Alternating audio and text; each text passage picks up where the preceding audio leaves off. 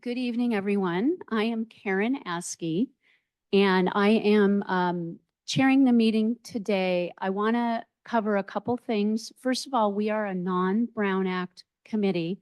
We are a committee of committees, and we represent different committees in Portola Valley and came together for this town manager appointed committee to work with Mid-Penn and represent those feelings of our residents and committees. So we are here, and what I want to do for roll call is we will introduce ourselves, and if a member of the committee is missing, I will let you know. And as you introduce yourself, a couple things. Only one mic can be on at a time or we get static. And please say the committee that you're from, and we will start with that. Thank you. This is Betsy Morgan-Thaler, Open Space Committee Chair. I'm Fred Leach, Chair of the Trails and Paths Committee. Patty, excuse me. This is my stage voice. Patty Dews, Historic Resources Committee. Catherine McGill, Conservation. Ed Holland, Bicycle, Pedestrian and Traffic Safety. Pat Bainan, Bicycle, Pedestrian, Traffic Safety.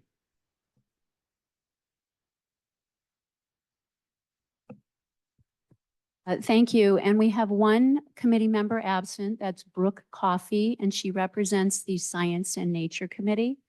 I also wanted to let you know that Judith Haskell, our vice mayor, is in the audience as a liaison for the town council and is here in place of Sarah Warnikoff, I believe.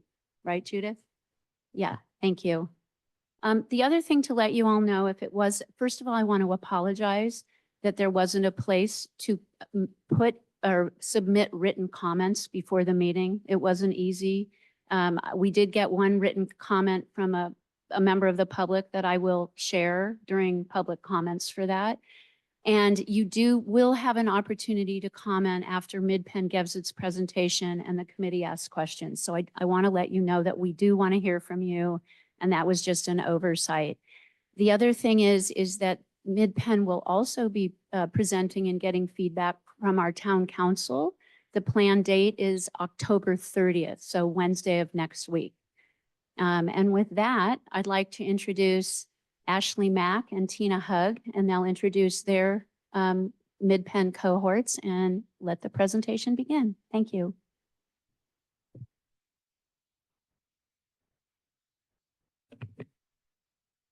Thank you, ETA committee members. I'm Susanna Chen, Assistant General Manager with Mid-Peninsula Regional Open Space District. Here with me are our board president, Director Manithan, and the project team for the Hawthorns area plan, along with our consultants. And we want to start with thanking the committee for having us tonight. Thank you for this opportunity to present our project to you and the community.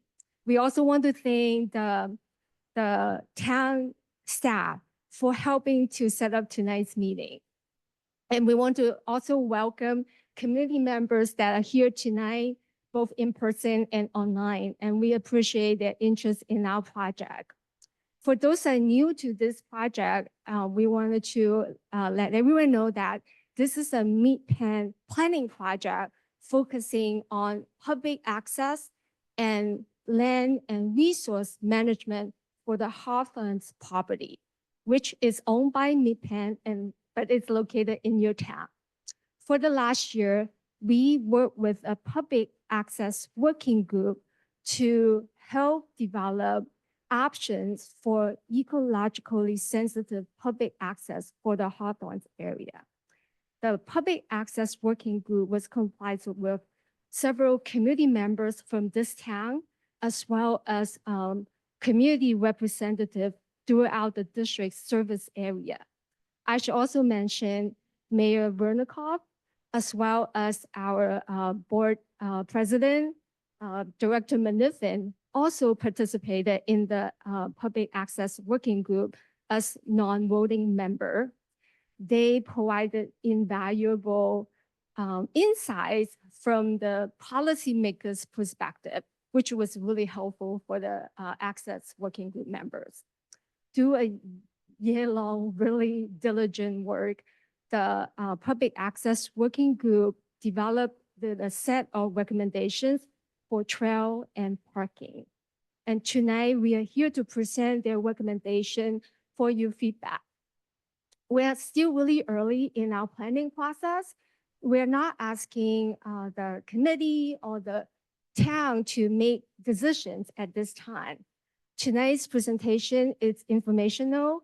We just want to give you feedback. We definitely want to hear from you. We want to hear your thoughts, and we will bring your feedbacks back to our board.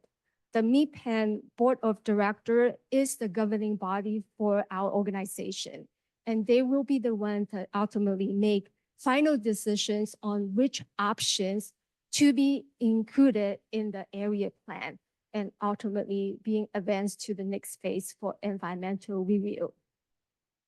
We do feel that opening the Hawthorns area for public access brings a lot of benefits to this community, including the possibility, the opportunity of accessing public open space land that is close to the town center or center of the town, and allowing local equestrian, hikers, bikers, and dog workers the opportunity to recreate locally. And it also provide that future opportunities to connect to regional trail systems. We also feel that this work offers the opportunity for the district and the town to work collectively to work on the possible closing of a gap in your safe route to school system along Alpine Trail. And we also want to note that our work is consistent with your general plan's recreation elements. So I'm gonna pause here and I'm gonna turn it over to our project team, and they will provide you the project details. Thank you.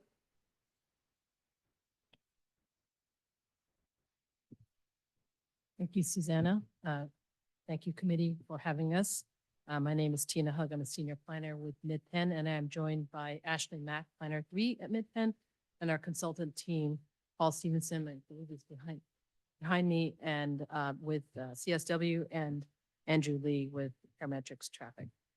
And again, thank you. We're also joined by a number of other MidPenn staff who are joining us tonight. The presentation tonight is going to include a brief overview of MidPenn, the project, and a high-level overview of the POG process before we go into and I say POG, that means Public Access Working Group, before we go into their recommendations and the project's next steps. As Susanna mentioned, this is a feedback session, and the comments received today and the meeting notes that we received from you will be presented to our board at a future. Sure can.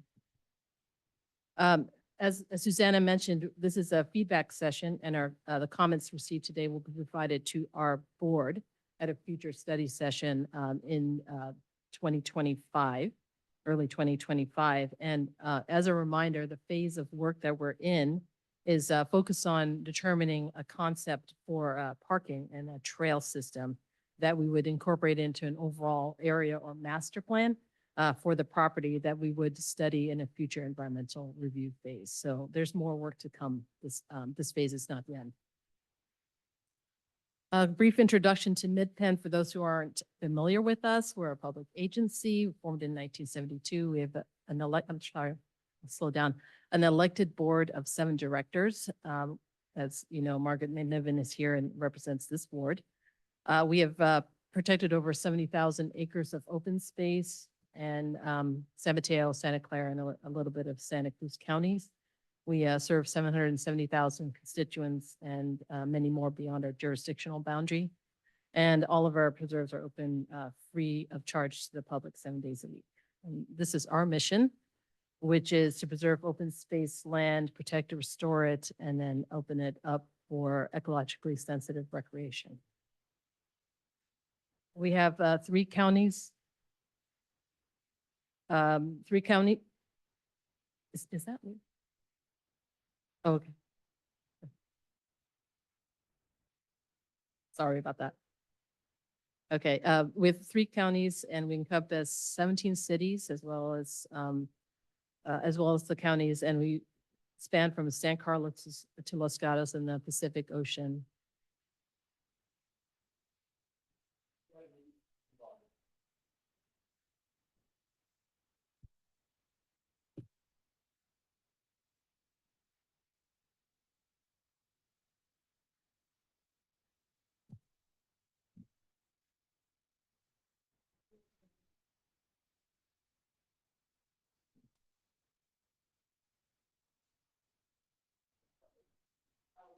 So I- just to let folks know, at this point in time, I see 5 members from the public here on Zoom.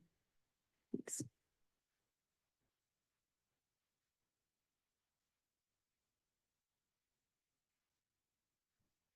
Okay, so again, we span three counties and we encompass 17 cities.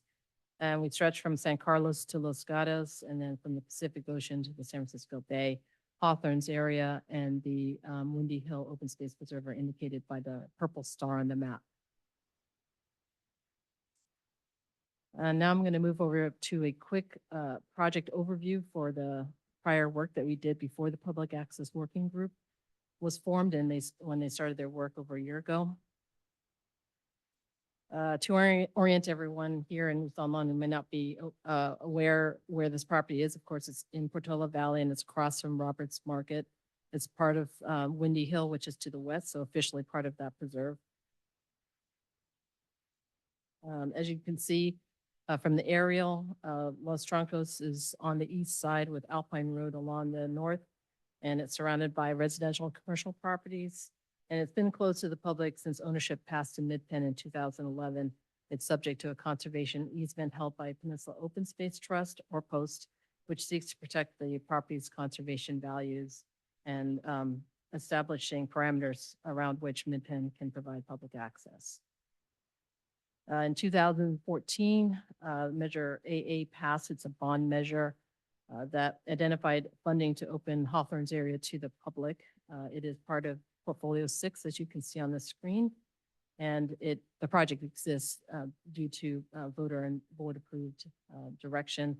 The actual bond language is in the black ringed box at the bottom. As Susanna mentioned, the project offers some benefits that include a natural open space close to the center of town. It is consistent with the town's general plan recreation element, and also offers recreational opportunities for hikers, dog walkers, bicyclists, and potential trail connections to your town regional trail system. And as well as there's an opportunity to close the safe route to school along Alpine Road in collaboration with the town.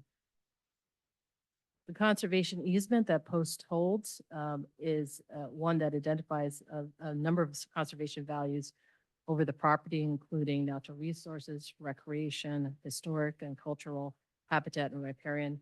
And it does allow for low-intensity recreation uses and improvements that we typically offer in Mid-Penn preserves. As a reminder, there are 2 planning projects at the Hawthorns property. This is the Hawthorns area plan tonight. And on November 6th, you will hear at the Planning Commission the historic complex project, which is on its own path. The project manager is separate from us, and everyone can reach out to her. The information is on the website if you would like to provide comments or questions to that project manager. So quickly, back to the Hawthorns area plan. The purpose of this is to create a comprehensive use and management plan, which is basically a master plan or an area plan for the property that identifies the future uses and management actions that we would have for the property, and it, as well as establishes public access. This is a multi-phase project. We are in phase 3, but we've been working on this since 2021. Phase 1 was vision and goals. Phase 2 is existing conditions and opportunities and constraints. And of course, now we're in programming. and conceptual planning, which is big focus on the public access portion of the area plan. It'll be followed by phase 4, which is the actual development of the area plan, where we compile everything together along with all the other actions besides public access.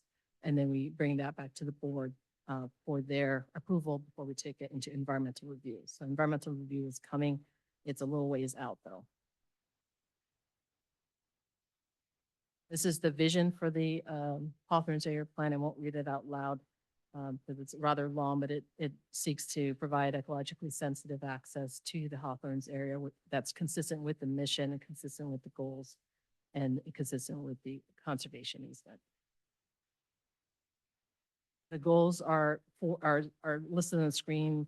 There's 6 of them, and these goals carry through the entire project. So natural resources, public access, local and regional connectivity, natural and cultural resources, aesthetics, operations, and maintenance. These are the categories that we're through the lens through which we are looking at the area plan. The public access framework is a document that we provided to the working group. It was developed during phase 2, the existing opportunities and constraints phase. And it was a guiding document given to the public access working group so that they would look at public access through the lens of the goals that you saw on the previous screen, how the management of the land is affected by how we provide public access on the property. And again, it includes those categories of natural, cultural, aesthetic, resource management actions, public access considerations, ongoing operations and maintenance needs. And these were focused on public access. So how they are affected by public access consideration. And overarching all of these are fundamental considerations that underpin the framework, such as diversity, equity, inclusion, accessibility, climate change, financial sustainability, protections, natural protections, our mission, as well as the board-approved vision and goals for the property that you saw in prior slides. The path is rather long, so and it is available online. So I'll go quickly through it. There is a packet of information online for this, but the topics are natural resources, under which there's vegetation, wildlife, aquatics, wildland fire resiliency. You've got public access considerations that cover Native American resources, the historic complex itself. Looking at the aesthetic resources, the view sheds, the scenic corridors that affect the property and affect the public access. You have the public access itself, or the public access components, what uses are allowed, what trail is going to be on there, where the driveways are, where the parking is, what site amenities we provide, what kind of signage we provide. And then finally, there's a couple more pages, but operations maintenance, these are related to our operations, how we fence it off, the gates, the staff residence we have on there, roads and trails we have there, safety and security, utilities, and any other environmental hazards. At the end of the opportunities and constraints phase, we basically came away with, the opportunities are that we can potentially provide recreational access here and provide a trail system, driveway access, on-site parking, opportunities for multimodal access, interpretation, education. But the site, though it is 79 acres, comes with a considerable number of constraints, not least of which is the steep topography, the limited locations we have for parking and access, the aesthetics considerations, sightline limitations, the natural and cultural resources that are on here, the objectives that we strive to uphold, and traffic. All of these elements influence the public access working group's efforts, as you'll see later on in the presentation. This graphic we showed early on in our process, and it graphically depicts some of the natural resources constraints that we have to grapple with. There's wildlife habitat connectivity, there's grassland restoration that is underway with the help of grassroots ecology and nonprofit. There are wood rat nests all throughout the site, a lot of vegetation that we need to work with the olive grove, bats in the mansion and other structures that are where they've been observed. So there's quite a lot of natural resources that we are working with on this property. This is a more refined look at those overall constraints that overlay other things like aesthetics. It actually shows some of the wood rat nests, views into the preserve, indicated in purple, as well as the vegetation communities, oaks, the olive again, and you can see lightly there's the significant topography that overlays the entire site, which makes which makes it challenging to deal with. And of course, there's the scenic corridor along Alpine Road.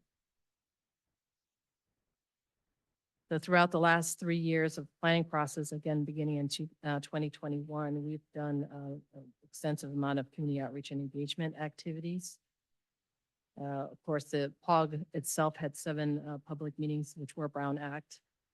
We had stakeholder meetings and conversations, a meeting with the town committee early on, a neighborhood meeting, tours, open house, tabling events, docent hiking experience, which still continue. We've outreached our website through a survey, flyers, postcards, through social media and then email notifications, and also through the town, through the distributions through their communication channels. And that is the overview of the project, and I'm going to turn this over now to the actual work of the Public Access Working Group. Thank you. Thank you, Tina. Good evening, members of the Ad hoc Committee. I'm going to walk you through the Public Access Working Group, the process itself briefly, and then we'll focus on the POGs or Public Access Working Group's considerations in more detail. Here are our 15 lovely Public Access Working Group members. There are 7 ward stakeholders, 6 interest area representatives, and 1 representative each from Mid-Penn Board of Directors and Portola Valley's Town Council. And the meeting also had a facilitator. The purpose, some of you are familiar for the Public Access Working Group, was to create a forum where a diverse group of people can work together and share their different perspectives and help Mid-Penn to find a way to open Hawthorns area to the public, which would also meet our board vision and goals. And the group looked at where to put parking and entrances, how to provide trail access, what uses to recommend on the trails, and how and where to connect to surrounding town trail system. And the POG's work was informed by, as Tina mentioned, the existing conditions and opportunities and constraints analysis, which was completed in phase 2 of the project. So the orange color on those tables show where we are with the planning process. As Tina mentioned, we're still early stage of planning, and there is a way to go, but throughout the whole planning process, there are public engagement opportunities, and that's where we are in front of you tonight to collect your feedback on the Public Access Working Group's recommendations. As mentioned earlier, what we would need to collect those public comments from the town so that we can share them with our board directors. And after those 2 meetings at the town, one is tonight and the other one, as Karen mentioned, next Wednesday with the town council, we will be meeting with our board directors for a study session. And after that, a board meeting for the board directors to make policy level decisions on the area plan, which would lead us to environmental review for CEQA.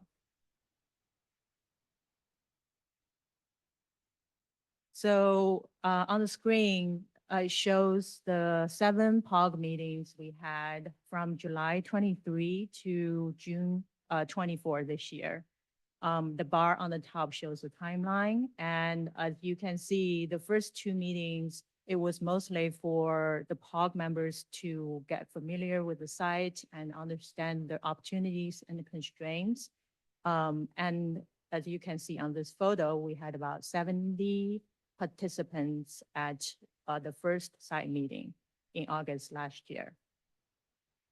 So for meeting 3 to 5, the public access working group members focused on design discussions.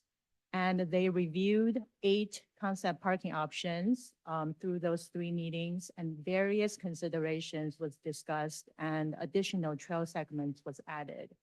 They also had breakout group discussions and informal voting process in the boardroom and also non-quorum tours as you can see here.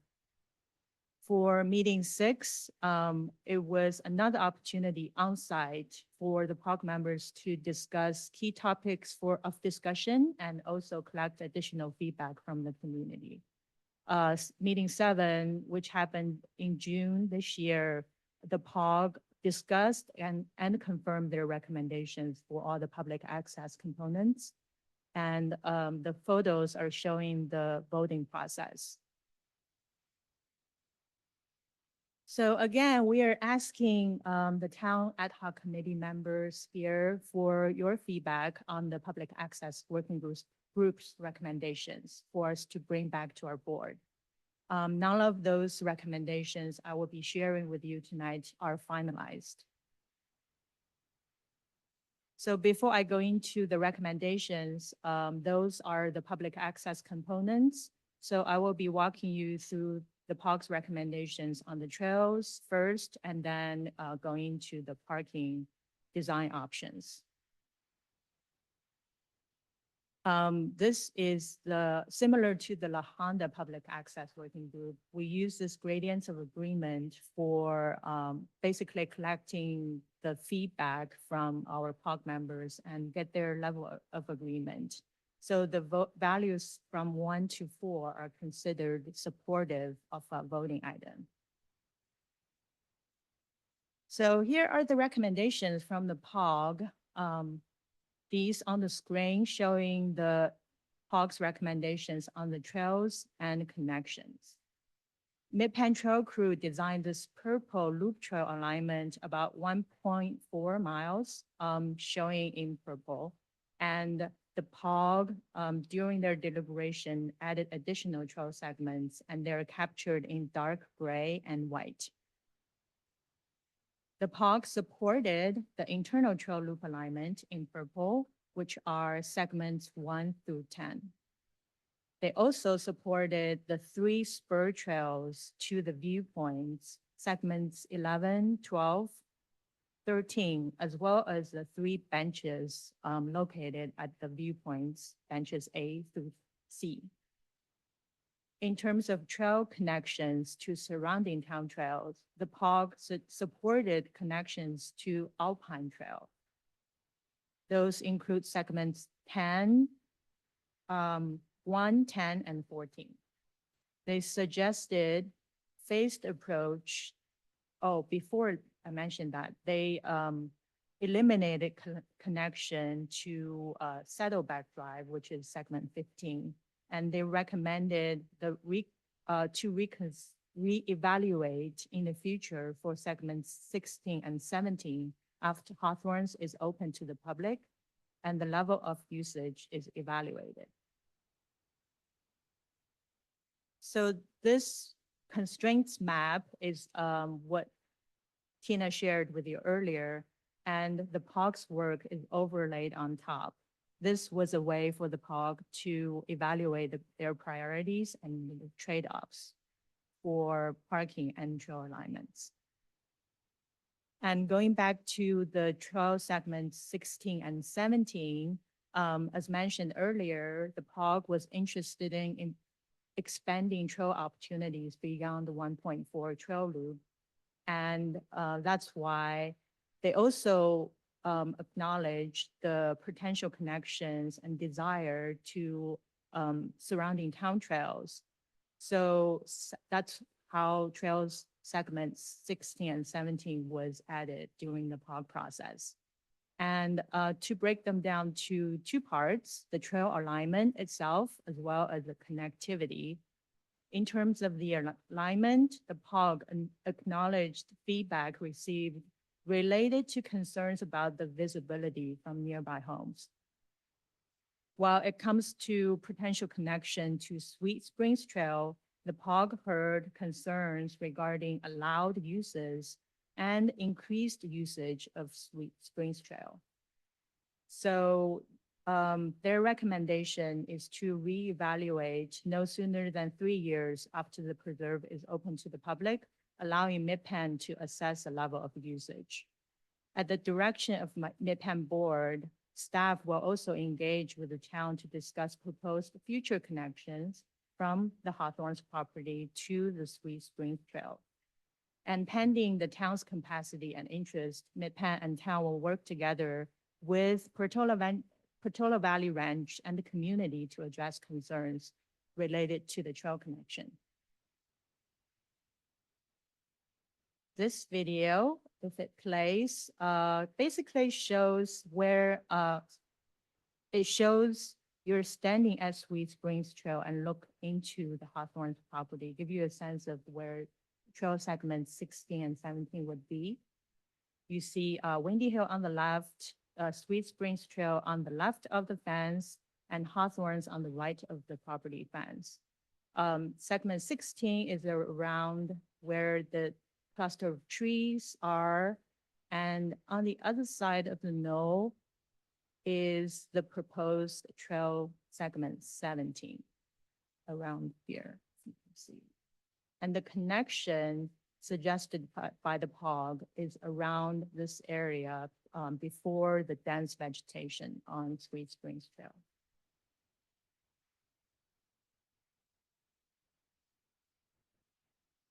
In terms of regional connectivity, the POG acknowledged the desire for future trail connections to the town in the town's general plans trail element.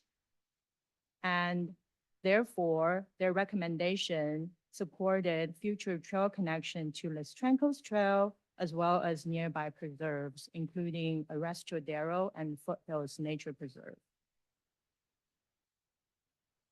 When it comes to regional opportunities, the park supported multiple uses on the trail. And as you can see on the screen here, they are supportive of hiking, dog on leash, equestrian, and bike use on the internal trail loop, spur trail connection, and also the connections to Alpine Road. So these trails are highlighted in purple and dark gray, and including trail segments 1 through 14. Currently, the segment of Alpine Trail does not allow bikes. So town's approval would be needed to change the use, and complete the safe route to school. So basically, I'm looking at the highlighted orange segment of Alpine Road Trail. And as mentioned earlier, the feasibility of trail segments 16 and 17 will be evaluated after Hawthorns is open to the public and MidPen can evaluate the level of usage. If any of the connections to be built to Sweet Springs Trail, the POG recommended all uses except bikes. And the uses currently occurring on Sweet Springs Trail would also need to be reviewed by the town. Now let's take a look at the recommended parking options by the POG. The POG put in a lot of work selecting a location for parking and entrance. As you can see on the map, there are a total of 10 options, and the ones in gray are options 1 through 8, which were evaluated and eliminated by the POG. Each option involves trade-offs, and the POG had identified key priorities. They weren't fully satisfied with options 1 through 8 during those meetings we had, and they eventually landed on options 9 and 10, which which you can see here on the left corner of the screen. And Those options are options 9 and 10. They with a greater level of support for option 10. They also supported upper limit of 50 parking spaces, a phased approach if feasible. They also developed very detailed assessments for pros and cons of those options. And I'm going to show you in detail of all these options. The main concerns they considered are traffic safety, natural resources, and aesthetics. So here are the more detailed options, including the ones that was evaluated and eliminated. There were, again, many considerations, and we distilled them to the key considerations here in this presentation, and the details are available on the project website. The POGs struggled with options 1 through 3. As you can see, some of them have very long and steep driveway, and they are all located in areas that are not developed in the preserve. Option 4 has a small footprint and very short driveway. It stays on the perimeter of the preserve by Alpine Road, but it's too close to Alpine Road by North Forest Avenue. Looking at options 5 through 8, options 5 and 6 were trying to keep the parking outside the Hawthorns meadow and address the safety concern by using the existing driveway, but still has big impact to undeveloped area of the preserve. Option 7 tried to use a phased approach with a shorter driveway, but again, it has impact to the Hawthorns meadow. Option 8 was trying to move the parking to the perimeter of the preserve to the eastern edge to protect natural resources.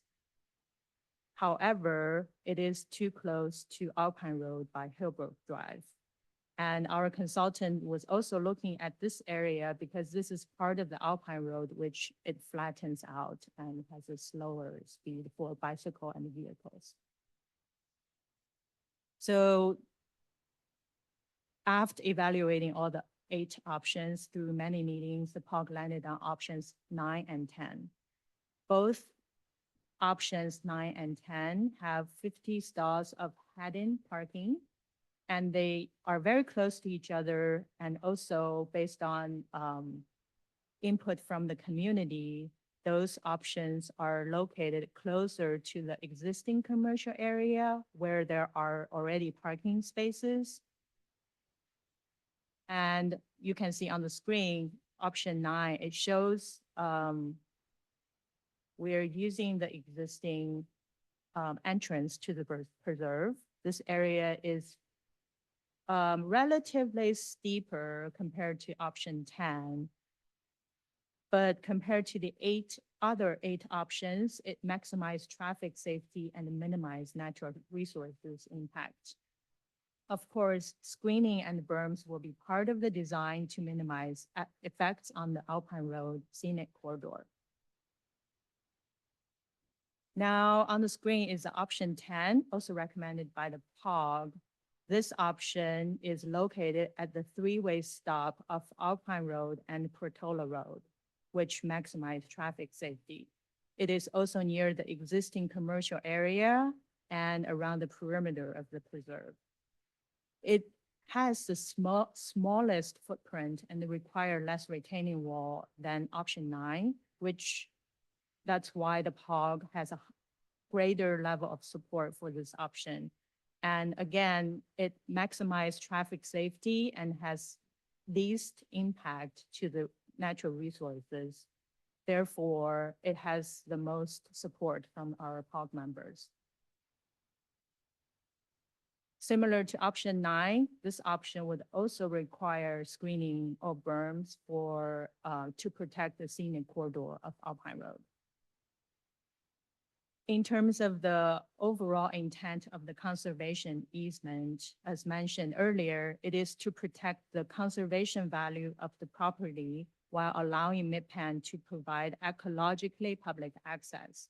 MidPen is working closely with Post, who holds the conservation easement, to ensure all plans for the property align with the terms and purposes of the conservation easement.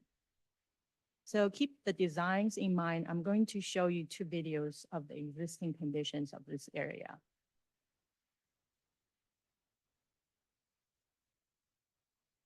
This one, you're inside the preserve, looking towards west. You can see Windy Hill further away.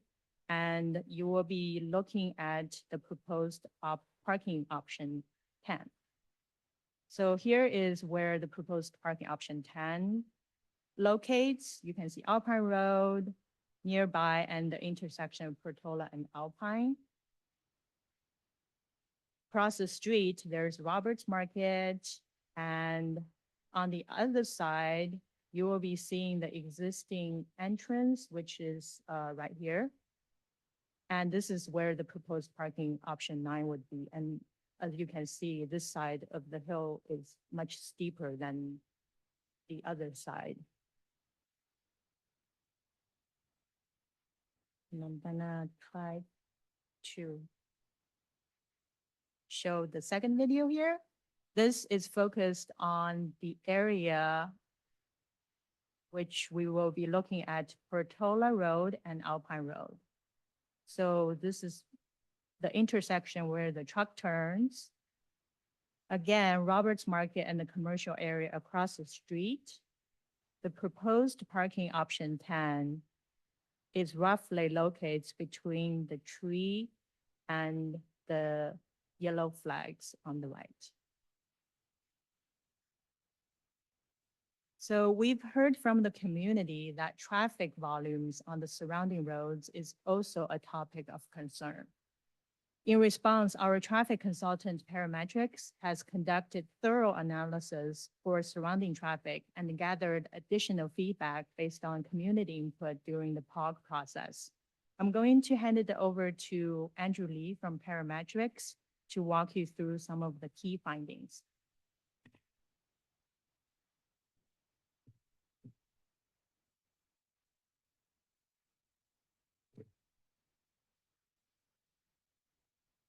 Hello, good evening. Andrew Lee, Senior Traffic Engineer with Parametrics. I'm on the Mid-Penn team. I just briefly want to walk you through some of the data that we collected. We reviewed a lot of the studies that the town's already prepared. The data that you see in front of you includes traffic counts that the town collects on a every 5-year or so basis in order to establish the town speed limits. And so I have data from 2019 and then also from 2023. So we're spanning the bounds of when the pandemic happened. I'm highlighting 2 counts here in the map. There are gray and yellow boxes. The gray and yellow boxes combined are all of the traffic counts that the town of Portola Valley collects town-wide to establish your traffic counts. The yellow ones are the ones that Mid-Penn specifically had us collect in 2023 to see what has changed, if anything at all. And so the 2 that I want to highlight are Alpine Road east of West Ridge Road. That is closer to where Alpine Road meets Highway 280. And so it is on the far end of town. It's where your evacuation route going to the east would be. And that's ostensibly where you generally see the largest amount of vehicle traffic as it is your primary gateway, at least one of your primary gateways. We found that during the weekdays, it's about 12,000. It's actually gone down a little bit since 2019 per day, 12,000 vehicles per day. And then on the weekends, it is closer to about the 8,500 vehicles per day range. Also a decrease from 2019. And then we have a second count, Alpine Road east of Nathorst. This is effectively also east of Portola Road. This is one of the counts that bounds the Hawthorns property on the north boundary. And so this is closer to your town center. And because it's not as far to the east, the traffic volumes that we observed here were lower. It is roughly about 60% of what you would consider to be the peak amount of traffic on Alpine Road. And on the weekends, it has decreased to a little bit below 5,000 vehicles per day as well. To set that in context, because we've heard that emergency access is a primary concern to the town naturally. We also consulted the town's emergency access and evacuation study, which was prepared a couple of years ago. And it noted that with all the traffic counts and the review of the physical conditions along Alpine Road, that the primary thing is that during emergency evacuation, that police and fire perform traffic control, that recommended that near Westridge Road in particular, that paving the shoulder going eastbound so that it could be used as a second egress lane was necessary. It didn't really say much about Alpine Road, specifically where it bounds the Hawthorns property. And from the volumes that you can see here, we're not exactly near what we'd consider capacity. And so there is vehicle capacity or just room for cars in the case of an emergency based on what we're observing in the traffic lights. One more thing to set in terms of context, because for the Hawthorns property, we're going to be expecting different levels of vehicle trips and user trips, depending on the day of the week and the time of the day. And so we've also heard that Alpine Road at Portola Road is very, very busy, and that is true, but on certain days and at certain times. So the figure on the left here is a daily traffic count for 7 days of a week. And the peaks that you see for traffic engineers, it's a pretty common thing. We notice that there's a left peak, and that's the AM peak. That's when everybody's going to work and going to school. And then it dies down, or at least it subsides a little bit into what we call the midday lull until you repeat it in the afternoon, which happens at about 3 to 4 p.m.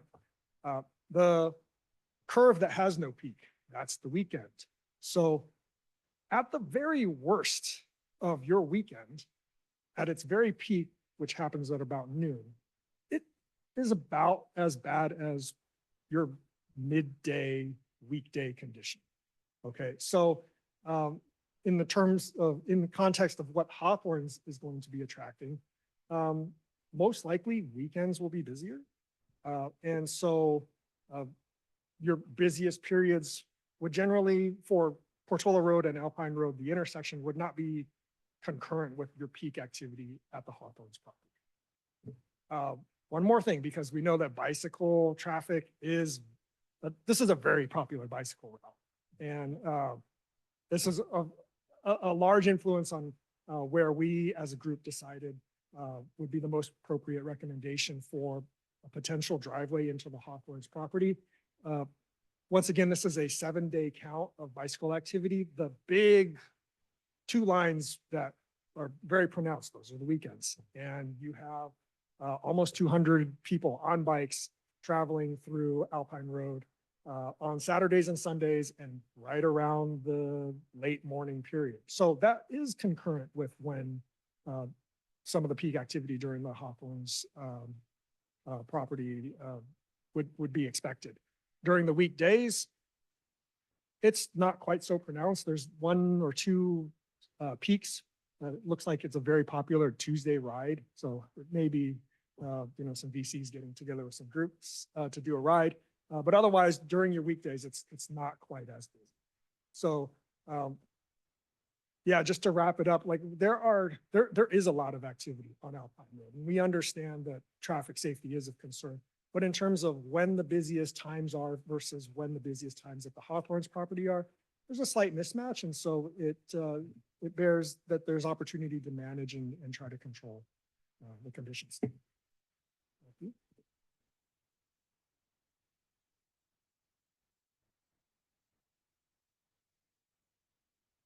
Thank you, Andrew and Ashley. I'm now going to quickly go over next steps and then turn it back over to the ad hoc committee. As I'd mentioned earlier in the process, we are in the phase 3 portion of the area planning process, and we will have a couple more after that. But the the next one coming is phase 4, where we will compile the area plan and then move it into environmental review. That's a couple years worth of work there. And revisiting, this is the flow chart that Ashley showed before, showing continued engagement opportunities. We are going to return the full body of work back to our Mid-Penn board after we have the meeting with the town council next week. And that will be a study session. So no decisions were made at that first Mid-Penn board meeting. Again, that's in early 2025. And then that would follow with a final board meeting also to be determined that following that meeting.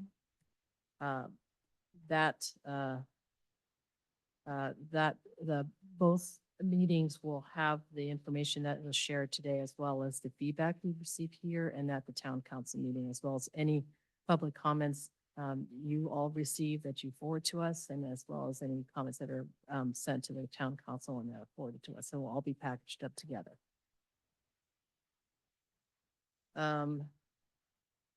We do want to close with sort of a kind of a reiteration of the main key considerations and trade-offs that the POG really struggled with. What you saw was a brief glimpse over the last year of their work. They really had a hard time balancing all of these key priorities, and natural resources being one of them, traffic safety, as well as aesthetics. They really worked hard.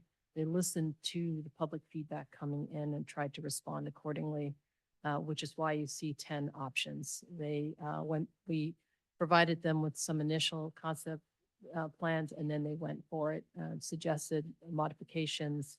And so we tweaked with them and brought those back to them for their input. And the final 2 options, 9 and 10, were the ones they finally settled on, because the other 8 options really troubled them with regard to traffic and resource impacts.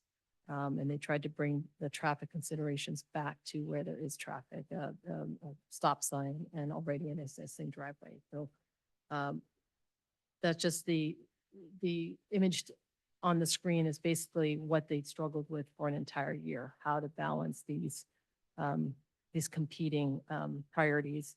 And we did describe it one time as like a web. You pull on one, it'll tug on the others. So there are all sorts of trade-offs when looking at these options. And that's just something that we suggest we all can keep that in mind as you think about what was presented today. And of course, we'll be sharing the same graphic with our Mid-Penn board when they see it next year. Thank you.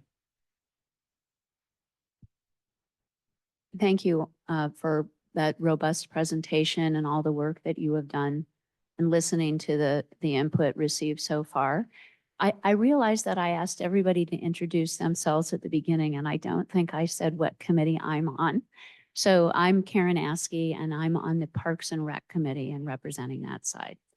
And what we'll do now is we'll take questions from the committee to Mid-Penn, and then we'll allow for public comment, and then we'll have more discussion. So would anyone like to go? Yeah, I'll start. Again, Fred Leach, Chair of the Trails and Paths Committee. I want to talk about Alpine Trail first. And can you go through what was voted actually on Alpine Trail by the POG? Because I kind of missed what the POG's recommendation was for Alpine Trail and whether it was aligned with the Trails and Paths Committee's recommendations for that trail.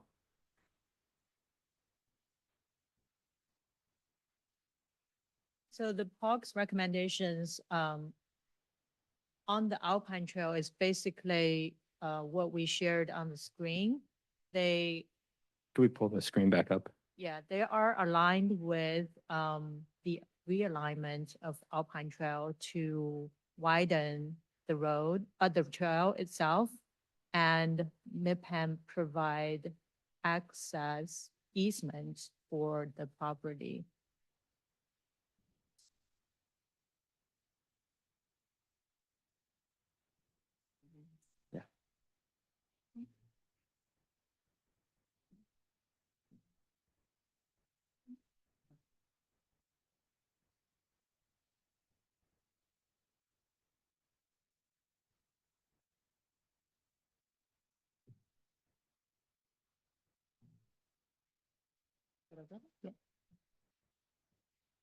Thank you for your patience. So the recommended, as suggests, basically is what you're seeing here. The orange trail highlighted in the diagram shows the improved corridor, which will be widened Alpine Road Trail. And of course, we will work with the town in terms of the details Okay. on that. Yeah, it was the details that I wanted to understand whether those details have been specified or not, but to date, those are going to come later down the line. Okay, great. Then the second question I had was along these trails 16 and 17. I'll set aside 17 because it's not actually outlined in the trails and paths element of the town's general plan, but 16 is pretty clearly in the trails and paths element. And so I'm somewhat confused in terms of the recommendations from the POG because there's two conflicting recommendations and they're both positive. There was the one vote where it says to include it now with 9 votes in the 1 to 4 category versus 4 in the 5 to 6. And there's definitely more support for the future phase. What I'm troubled with the future phase is there's no specification in terms of how exactly will it be evaluated. There's nothing in our town's general plan that says, well, these connections, these parts of trails will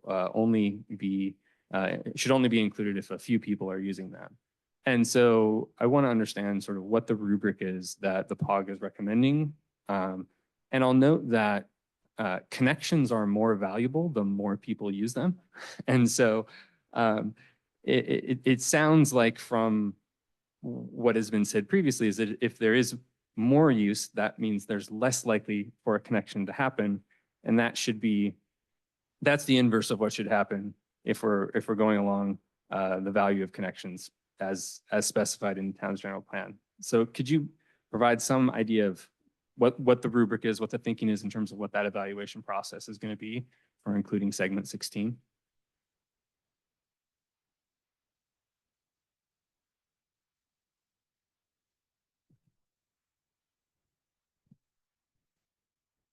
The POG was responding to concerns from the community about the potential impact of opening Hawthorns itself.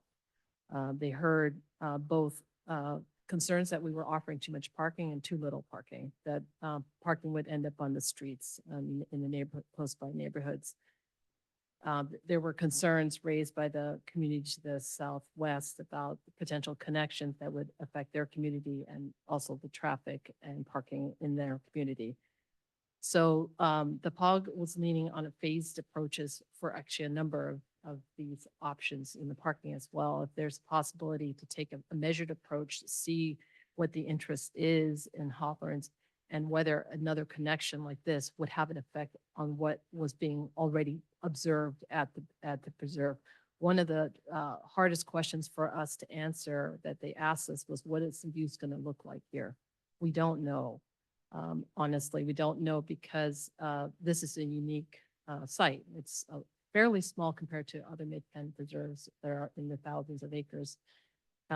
It's surrounded by the town.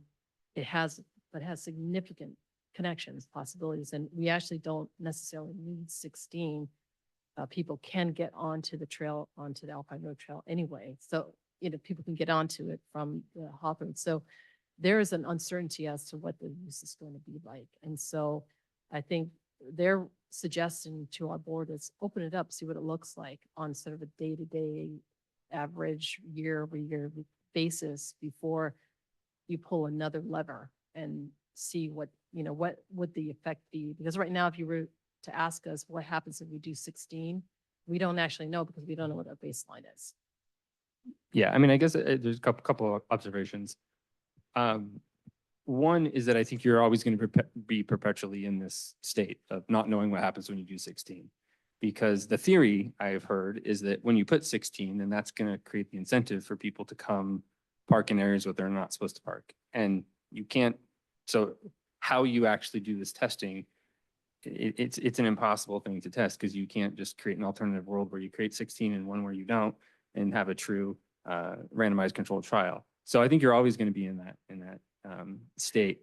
And so I think you fall back then to sort of a principle, and things were laid out in the general plan, and we don't execute it against it based on sort of who moved first or who moved second.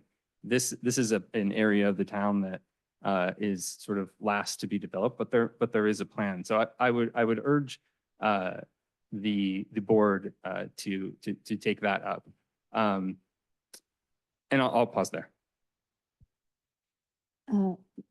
Thank you. Actually, I want to follow up on Fred's question. I was going to ask other people, but I think if we can stay on one subject at a time, it might be better. What's not clear to me is if the POG actually voted in favor of Trail 16, 9-4, why it's not being recommended. They were asked to vote on two versions of 16 and two versions of 17. One was to do it now, include it now, and that got the vote of 9-4.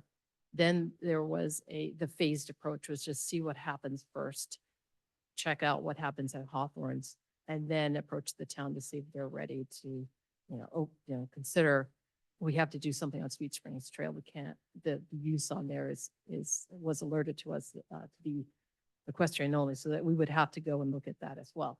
So when they voted on the phased approach, there was I would say a super majority. The majority of them wanted that. I don't remember. Yeah, it was a higher rate of agreement, and I can't remember the number. So, I do actually have it It was here. It's 13-0 on the phased approach versus 9-4 Exactly. on the other one. So based on that, the POG, looking at their scores, realized that there was more of a majority with the phased approach, and they asked us to provide that to our Planning and Natural Resources Committee and then to the board. But the board, they all got this chart table of the scores. Yeah.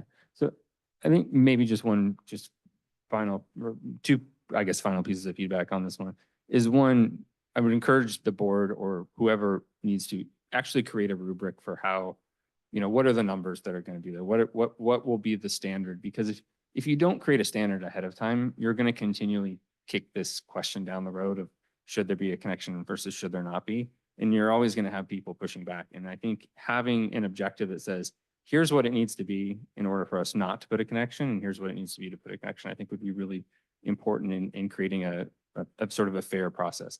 I think the second thing here is there is the fuel break. And one concern that I have is that fuel break is going to become a social trail. And so if Mid-Penn does not want that to become a social trail connecting to Sweet Springs, because as you saw in the video and as you can see on this screen, it more or less connects to Sweet Springs right there. And I think if you don't establish a well thought out designed trail, you're going to get that social usage. And oftentimes that social usage is in conflict with lots of the other considerations that you have in terms of ecological protection and whatnot. So that's all I have. Okay, thanks, Fred. Point of information on this, just on what I just said. Correct me if I'm wrong, Tina and Ashley, but I think the response that the POG gave to the rubric they were looking for was 2 times the existing trail usage. That was what they said was, do you recall that as well, Tina and Ashley? I remember hearing it at the June meeting when they were talking about an either or, and they suggested, for your consideration, that you would record the existing use at Sweet Springs, and the threshold would be 2x the existing use. If it were above that, they would reconsider pulling back. If it were below that, but that presumes some certain amount of use. I didn't have the option to inquire into that, but that is what I heard. We don't remember that metric. Were you saying that we measure the use on Sweet Springs right now and then measure it after the Purple Trail opens? Is that what you heard or you remember? May I get back to everyone on this? I'll go to the site that I heard and I'll just take minutes and I'll send it around. Yeah, sorry for interjecting.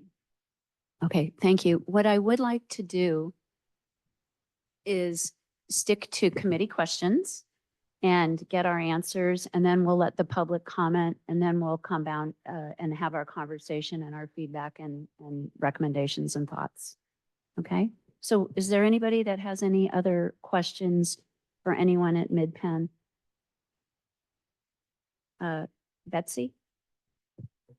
Thank you. It's very nice to meet you in person, having seen you on television so many times, but welcome. And I have personally been looking forward to getting together today for quite some time to have an exchange, to get grounded on some questions that have been floating around the community for a while. I thought that I would begin with an overarching comment that you made and a question that I have had, the committee has had. Again, this is Betsy Morgan, Baylor Open Space Committee. You say at the end of the first paragraph in your summary statement for today's agenda that the recommendations of the POG are aligned with an existing conservation easement that overlays the property. It's really great to have a governing document that we can all rely on and that is relatively predictable. So what I wanted to support and voice support for that alignment with the conservation easement, as well as alignment with our town's municipal code and the general plan.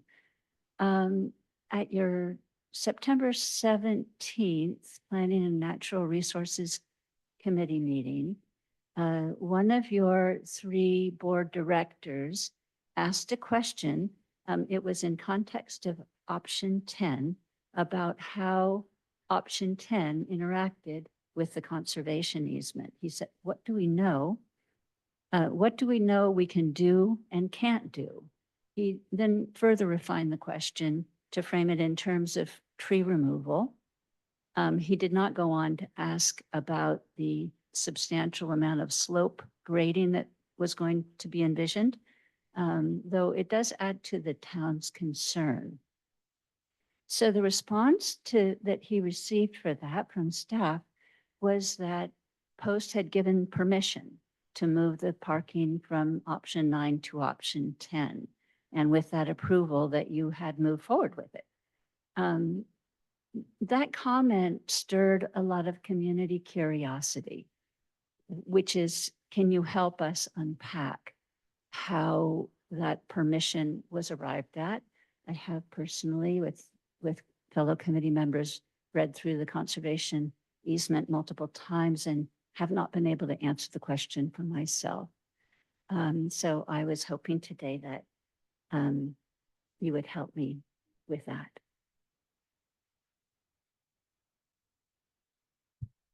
So you're asking how Post was involved in the development of the options for the parking that you see today?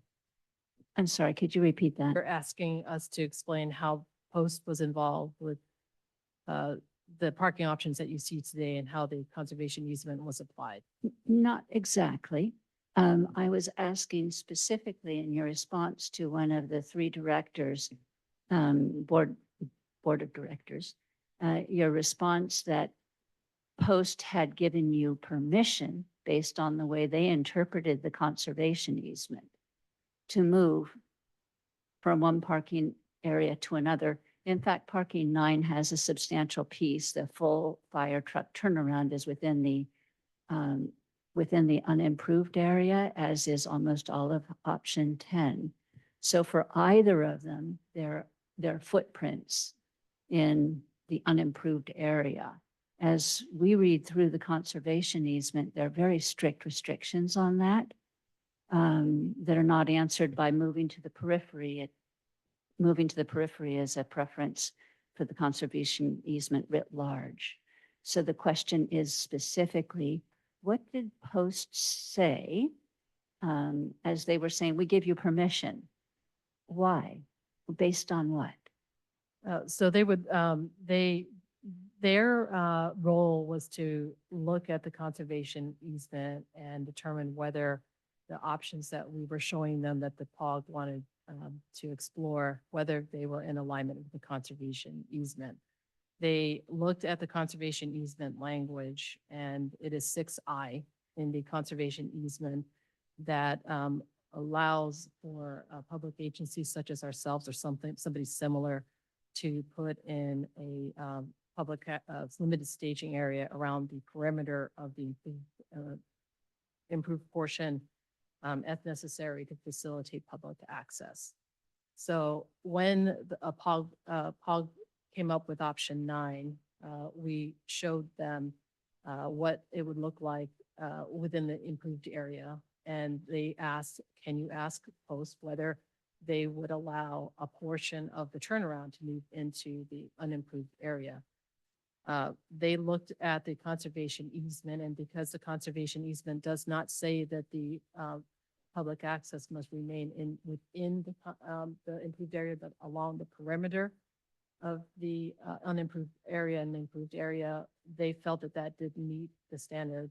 And that is also what was true of option 10. The POG had a recommendation to come off Portola Road and Alpine Road because a four-way intersection is generally the safest type of intersection that you can have.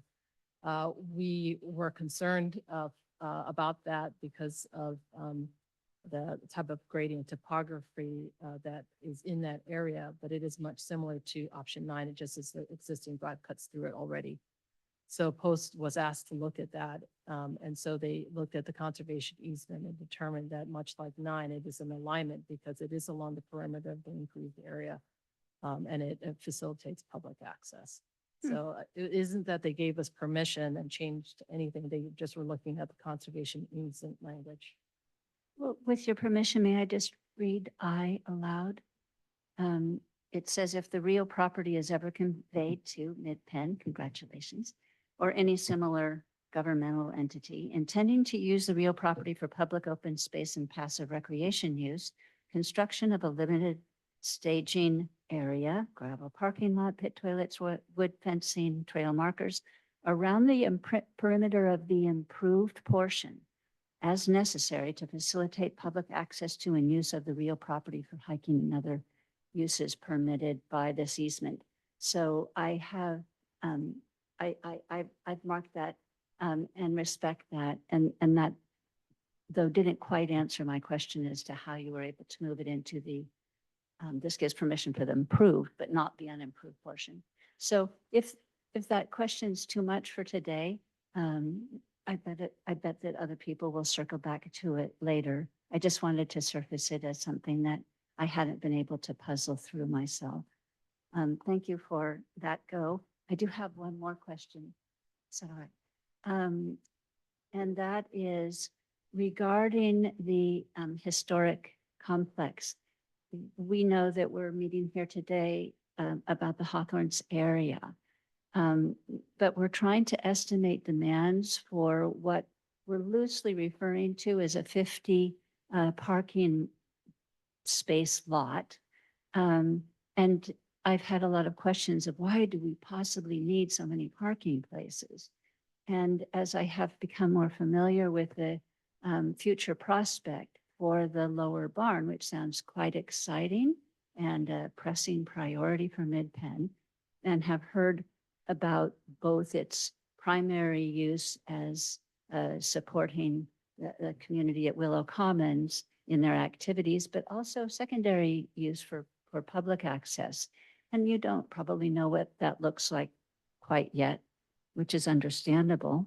But then I looked at the other 3 buildings. So the total of the 4 buildings amount to about 17,000 square feet, those that you would like to restore. And as you think about the unknowns, the unknown uses of those buildings and the demands that could be placed upon our parking lot, your parking lot, on Alpine Road, it was hard for me to know 50 parking places, 30 parking places. It was hard to envision. And I wanted to know how you foresee us grappling with so many unknowns. This being because at your July 10th meeting in particular, as well as an August 28th board meeting, you did bring up you suggested that the primary parking lot that would service these facilities would be the Alpine Road parking lot, that there would be very limited parking over in the historic access. So that's the basis of my curiosity here. I'm not sure I understand what you're asking. Would you mind rephrasing? You're envisioning what was, and the POG permitted a 50-car parking lot on Alpine Road, suggesting either option 9 or option 10. So there's pressure both ways on that parking lot, which is why do we need 50 places for a 1.1 mile loop? That's a reasonable question. It's not that large. But on the other side, we have the historic complex. And that is a separate planning process. However, you have said a number of times that you would like to integrate it. And we do look at Hawthorns as an integrated effort. And when you integrate it, and when you mentioned, when one of the staff members mentioned at July 10th meeting in particular, but I believe it came up again in August, that substantially the parking lot on Alpine Road would service the historic district because you didn't want a lot of cars parking places over there in the historic district. You were anticipating, I think, 10 or so parking places for the lower barn, but that when they opened for a public event, parking would go over towards Alpine Road. So I guess what I'm asking is, we know a little bit about the lower barn use, but we don't know about the house, the main house, and look forward to it being restored. Mind you, I think it's wonderful, as well as the cottage and the garage. So the 4 of those together is 17,000 square feet. And it could, I can envision scenarios where there would be a fair amount of demand for parking. And yet there's a lot of the community that would say, I don't want a large parking place unless we really need it. Prove to me we need it. And we're really not at a place, I don't think, but I ask, how do we plan for so many unknowns at this time? What the POG recommended was up to 50 spaces. They weren't going to be the ones to decide if it was going to be 50 spaces. They also recommended, if possible, to try to phase it. And so design it so that we only build maybe half of that and see what the use ends up being, much like Trail 16. To your point, we don't know. We won't know until the gates open what's going to happen. That's kind of the nature of this work, unfortunately, that we don't know the demand. We have mentioned before to the POG when they started that if this becomes a very localized preserve, 1.4 miles, and that's all people can do, it may not have the draw of Windy Hill. Windy Hill, as you know, is a very substantial preserve with a pretty extensive mileage system. So it has it has an attraction that Hawthorns may not. We've also been told that actually Hawthorns could have a draw because it actually is still a gateway. You can still get to other trails from Alpine Road Trail. So there's a lot of variables that we are given. Like it could be this, it could be that, it could be this. And so the POG ended up, and I say we, but it was the POG receiving this as well. And they felt that since we don't know, maybe a more modest, measured, phased approach would be the way to go. And that's why their recommendation to the board is up to 50. Don't do more than 50, but maybe look at a phased approach. I'm going to turn it over to our manager, who is going to add more. Thanks, Tina. Jane Mark, Planning Manager. Betsy, you asked a really good questions. And oftentimes planners, we don't have a crystal ball where we could see clearly what's going to happen in the future. So I know there's interest in the historic complex. The lower barn is what the district staff is currently focused on evaluating the feasibility of a partnership potentially for the barn rehabilitation and reuse. We don't know what may happen with the mansion or the garage or the cottage. Our board has to give us direction on moving ahead with studies and evaluating what might be potential reuse of those other 3 buildings. It may not even happen. We don't know at this point. So back to the needs for this future parking area in the Hawthorns area, we're trying to figure out, as Tina mentioned, a reasonable number of parking spaces. And it may be something our board could direct us to start smaller than 50 spaces, but allow room to grow up to 50 spaces. So that magic number hasn't been approved yet. And it's something which, staff will be evaluating as part of our environmental review phase as well. Okay? Thanks very much, Jane. Sure. I'm just going to pass on to other questioners, but thank you all very much. I know these are sometimes complex questions. And for those of you who don't know, the Open Space Committee just met on Friday, and so this letter has many more questions in there. I sent it to MidPen. It's posted next to the agenda on today's agenda. Thanks. Patty, you had your hand up. I did. Actually, my question has more to do with the lower barn. So I don't think that's under the purview here. So I don't really want to take her time. Anybody else with questions? Hi, Ed Holland, bicycle, pedestrian and traffic safety. And I'll try and get my roughly 4 questions to you as quickly as I can here. My concern is here how what you're planning interfaces with what we're doing in the town, because there is an overlap in terms of people driving on the streets, making access to and from the property, access and egress. But also a little bit of, my first question is related to parking options 9 and parking options 10, and how would they affect your internal loops connection to the Alpine Trail? Is there any preferred layout or design in terms of option 9 or 10 into how that would integrate with the trail system you have planned and the connection you have to the town trail at Alpine Road?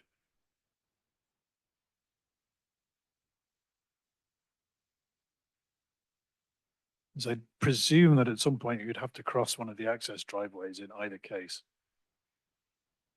Yes. So I think during the POC process, we shared a detailed,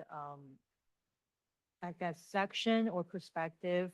Basically, the Alpine Trail, where it crosses the driveway, wherever it is, it would basically pull more toward inward of the Hawthorns property, leaving enough space for a car to stay there. And so it would make a curved shape and then move back to the trail alignment. No, thank you. And my question actually is, thank you for clarifying what would happen with the Alpine Trail, but also your internal trail. For that to access the Alpine Trail, is there a preferred option between your 2 parking now proposed parking options 9 and 10 as to how that access would cross to reach the Alpine Trail? I think we're not quite there yet. We're trying to figure out the optimum option for parking and entrance.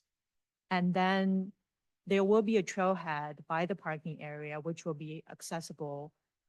And it would link to the internal trail loop. And around the parking area, we can, design a trail alignment that will connect to Alpine Trail as well as the trailhead. If that answers your question. Okay, yeah, thank you. I mean, it's mostly in terms of safety, if you're having pedestrians crossing traffic coming in and out of the, as well as crossing the driveways, but crossing the internal roads. Yeah, that will be designed in more detail in the next phase of design. Okay, thank you. My next question, I think, has already partly been answered. With regard to the amount of parking required and whether introduction of parking facilities could be phased in as the usage of the site was begun to be understood. So you have a plan in in progress. Maybe it's to make 50 parking spaces, but do you maybe defer implementation of that, or you stage it? In terms, is that a possibility for a recommendation? Yes, it is. I think when we were asked that at one of our prior meetings, we indicated that, yes, we can phase it. We would probably permit the whole thing to make sure that it works. And then indicate which was phase one, which was phase two. That's the level of detail that we would pursue in the next phase of work, as Ashley mentioned, so we know how that would actually work. All right, thank you.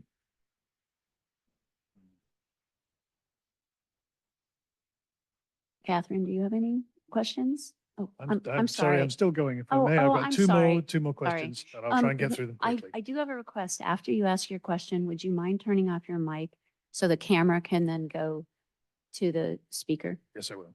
Thank you. So in each case, for options 9 and 10, I presume that there will be some deferred cost to the town to change some roadway design access, particularly in the case of option 10, where we would have to take on the responsibility to turn a what am I trying to say? A three-way intersection, thank you, to a four-way intersection. And that would pose some significant cost to the town in terms of changing that road layout, compared, I think, to option 9. And that's a big consideration for the town at the moment, considering our financial situation. So I would ask for that, please, to be borne in mind. And my last question was also concerning how we would understand the impact of future developments in terms of what we have now. So on the table now for just opening the access area and then opening the historic complex, understanding if my analogy would be we're trying to bake a cake and we don't know all the things that are going into it at the very beginning. So as much as we can to plan ahead for inclusion of all of those sites. But I think you've already outlined, you don't know exactly what the scope of those changes would be on the historic complex. So I'll defer that question for later. Thank you.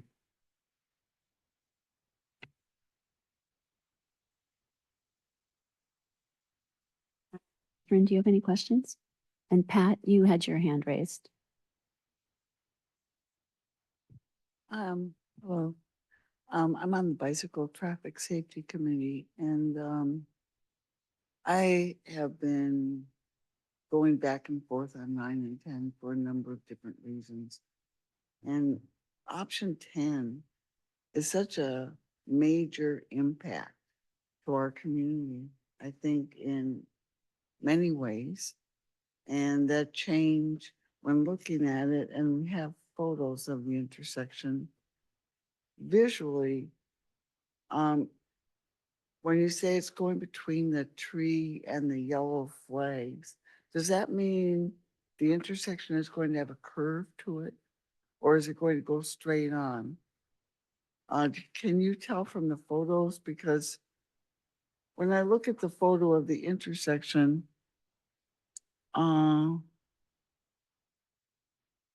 it's either going to be a very sharp corner, a sharp turn once you turn into the parking lot, or there's a few trees that are going to have to be taken down, and the intersection itself seems like it's going to have to be severely altered, just as far as the topography, the hill, the angle that you're going to have to take to get the parking lot where you want it to be. And looking at option 9, it seems like it has a much lower footprint and impact on the community and the environment between those two options. And I know you've done the studies, but when you just look at the two of them, it really seems like option 10 has a bigger effect on the community as opposed to 9, which is widening the road for that situation, but not changing a three-way sign or three-way intersection into a four-way intersection with all of the complications that go with that. So I just wonder how firm 10 is as far as a choice. And can the impact on the community be weighed in more as far as the plan? Oh, well, I'm gonna have both of our consultants speak to the two options. One, I'll first call on Andrew to talk about the intersections and the reasons why option 10 was forwarded by the POG, and then I'll call up Paul to talk to your question about impact to the site. All right, good afternoon, or good evening again. Andrew Lee with Parametrics, Senior Traffic Engineer. Oh.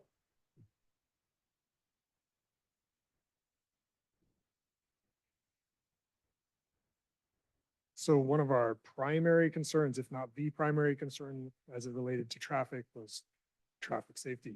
And a big part of that is traffic speeds, not only of vehicles, but also of people on bikes. And one of the biggest determinants for how fast people are going on bikes is whether they're going downhill.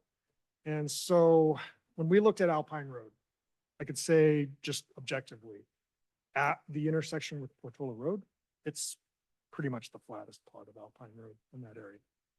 It has a slight climb going towards the driveway for option 9, and then it starts to go downhill pretty rapidly after that. And the difference in speed for people on bikes increases dramatically by 10, 12 miles an hour, especially for the people that are really, really fast to begin.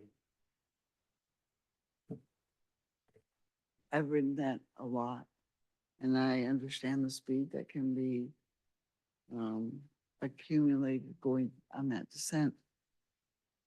It doesn't seem to me as though a bike, if they've stopped at that intersection, which not all bikes do, granted, but if they have stopped, they're not going to have that much speed accumulated between that intersection and option 9 entrance. It's just not that far. That's absolutely true. I just want to try to set the context of why we originally started with some concepts much farther down the hill to the east, and now we've gravitated towards the intersections to the west. But also building on the case of speed, you made a really good point, which is at the stop sign, people on bikes are supposed to stop. And granted that there are some that do not stop, there's a logical reason for that, which is if they are going in the eastbound direction where there is currently no fourth leg of the intersection, there's a logical case that they don't see anybody trying to cross the street on foot. There is no intersecting vehicle traffic. It is safer for them to go through without stopping compared to a traditional four-way stop intersection where there is a moving stream of traffic where they could be intersecting. Okay. Now, with regard to like whether that constitutes a significantly changed condition, I think it's arguable. I can see it both ways, which is right now you have a three-way intersection and it seems pretty busy. There's a lot of traffic going on between two different streams, but it is an always stop controlled condition. So everybody is supposed to at least stop, take a look around before progressing. And the key difference between option 10 and option 9 is that arguably for option 9, that's a more significant change in the condition because we're creating a new intersection where there is not a lot of traffic right now. It is currently not open to the public. So we're creating a brand new intersecting stream of traffic where there is also no traffic control. And what I mean as a traffic engineer for traffic control is that with option 9, we would not be recommending a three-way stop intersection at that condition because there are these rules that traffic engineers have to abide by called warrants, where if somebody installs a stop controlled intersection where the conditions don't really bear it out and it's not expected, there's a really good likelihood that somebody will just go through the intersection, not seeing the apparent conditions of why there would be a stop. And it creates an expectation for the people driving or biking on the minor approach, that these people will stop, but yet they don't, there's a significant safety risk there as well. So while I'm not trying to say that like one is clearly more different than the other, I think that in terms of the relative risks and likelihoods, when there is a condition where the people walking and biking and driving already have to stop, introducing a fourth stream of traffic that also has to stop may not constitute a significant change compared to a completely new intersection where people don't have to stop at all. Okay, so, I can, I thought of that, what you've been talking about, but one thing that's interesting is that you mentioned that by adding that fourth, sector into the intersection, it's going to slow the intersection down. Is that correct? Adding more traffic to that intersection will likely increase the amount of delay that people moving through there will experience, yes. Well stated. That was very eloquent. Uh, I wonder, ultimately, in our situation, if down the road, Portola Valley decides that this isn't, working. We're having other traffic impact as well, but this is really altering the intersection. So this is just in our future and question, and who knows if you can answer it or thought of it. But in the big picture, if Portola Valley were to decide to put in a roundabout at that intersection, that's something that we have to come back to you to get approval with. Is that true? Because we're, kind of, I think the intersection is the jurisdiction of the town. then I'm not going to worry about it. Okay, thank you. I'm not going to waste time on that. I do think I can add a few things. The intersection as it's currently configured has room for improvement. There are wide distances for people to cross, but the corner curb radii, the corners are large sweeping turns. And for one, they facilitate people driving to go making that turn at a higher speed than if the corner was a bit sharper. When the corners are a bit sharper, the distances for people crossing on foot, especially children, older people, those sharper corners make it a shorter crossing distance. Shorter crossing distances also improve the operations for people driving because you don't have to wait so long for someone to get across the street before you can start moving again. So if you're feeling like there's deficiencies in the way it's working right now, I don't want to say that like it's going to always be that way because there's certainly room for improvement. And I don't want to speak for Midpen as to what role they may have in that, but there's room for improvement. Thank you for your time. Appreciate your answers.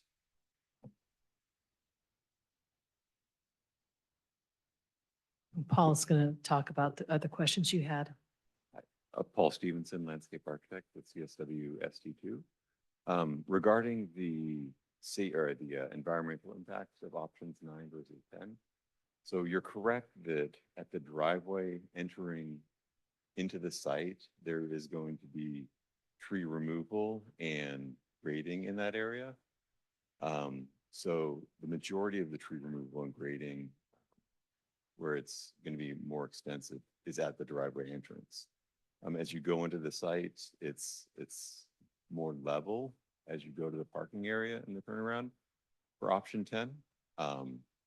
For option 9, it's a little more level when you first enter the site, but as you go into the parking area, into the turnaround, the slopes are steeper. And so even though when you're looking at option 10 and you see the driveway with the trees to be removed, it's a little deceptive because on option 9, there are going to be trees removed because there's going to be more grading at the parking area because the slopes are steeper and it's gonna go up into the hillside and there's gonna be trees removed there. And even though the trees aren't necessarily on top of the parking area, so it's really a trade-off on where you're going to impact the site. Can I just add something to what you just said? So option 10, one of the most consistent points of negative feedback that we have on our trail system is Alpine Trail, basically where you're proposing the intersection. And so I actually think there's already a desire to improve that area.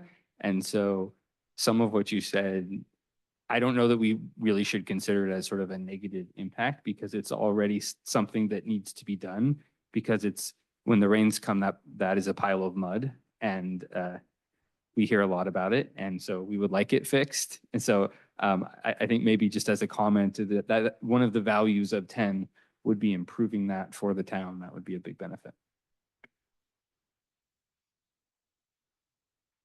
Wondering when you, and I agree completely with what you're saying, but when you talk about tree removal, just out of curiosity, does anyone ever actually go through and count the number of trees that get removed? Yes, we have not looked at that in this phase of the work, but as we proceed with it, Mid-Penn will evaluate each tree that's going to be removed based on the option, and they'll be counted and evaluated. Okay, thank you. Catherine? Yeah, I just had a quick question about about options 9 and 10 parking. And it just goes back to something that I had heard a while ago, that people might like to use that parking lot 10 in particular for picking kids up after school. And I'm wondering if that thought had been factored in and if that would be an additional peak of transit through a new four-way intersection. And maybe we could think about doing a hybrid where people go in 10 and out 9, or some sort of hybrid thing between those two.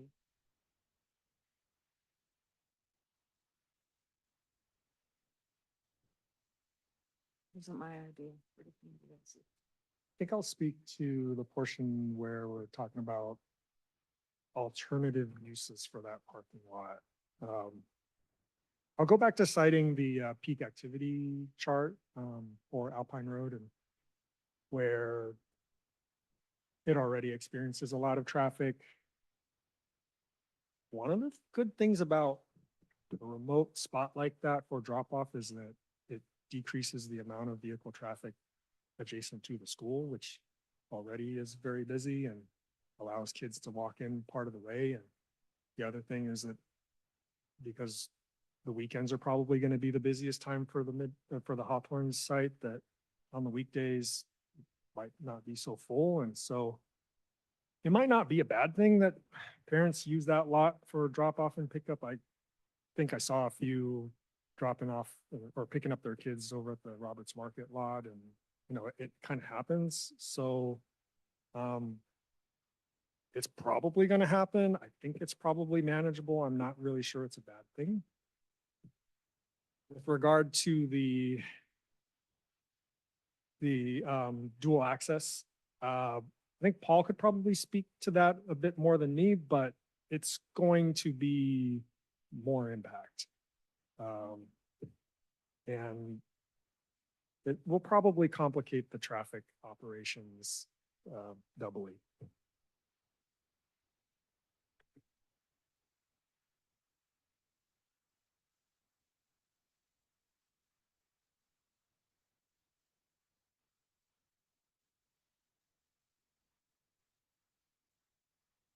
We did study that option, and not in that location, but we did study 2 driveway entrances along Alpine Road Trail or Alpine Road, and it was deemed to not have 2 driveway entrances and exits all along Alpine Road. So the in and out of 2 driveways along Alpine Road was kind of not an option that we could proceed with. May I pipe in here? I. Is it a question? Not, you want me to save it? More of a comment than a question. It's it's an elaboration on what we're talking about right now. Would you rather me say it? It's a question, but if.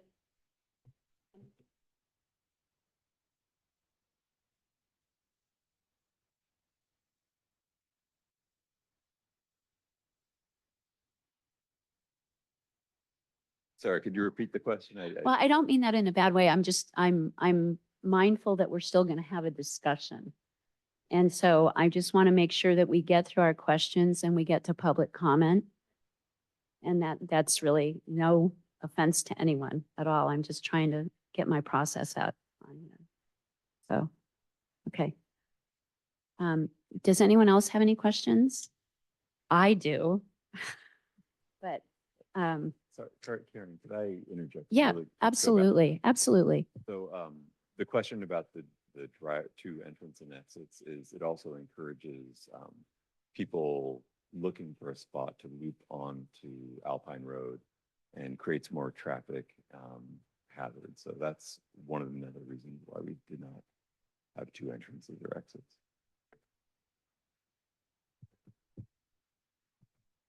Okay, thank you. And if any of my questions spur more questions, feel free. But the first one ties back to something you've heard. The town, as you know, or maybe you don't know, is having a little bit of a financial crisis. And so my question is, when it comes to the Alpine Trail and redesigning it, which we all want and we're in favor of, as well as any changes that might happen if we went to the option 10 intersection, when it comes to paying for this, is this something that Mid-Penn would be doing, or are you looking to the town to also be involved?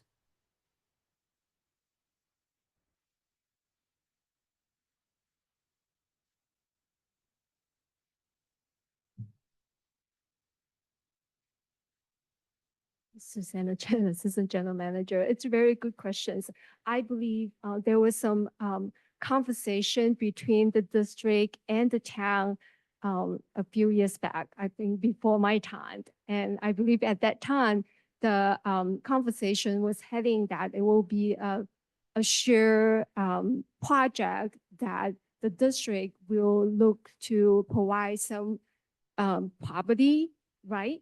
To allow the town to expand their your trail into the district's property, and the town will pay for the improvement. So I understand I just heard that the town has some financial challenges, and I think the decision is without our district board, and they're ultimately the decision makers.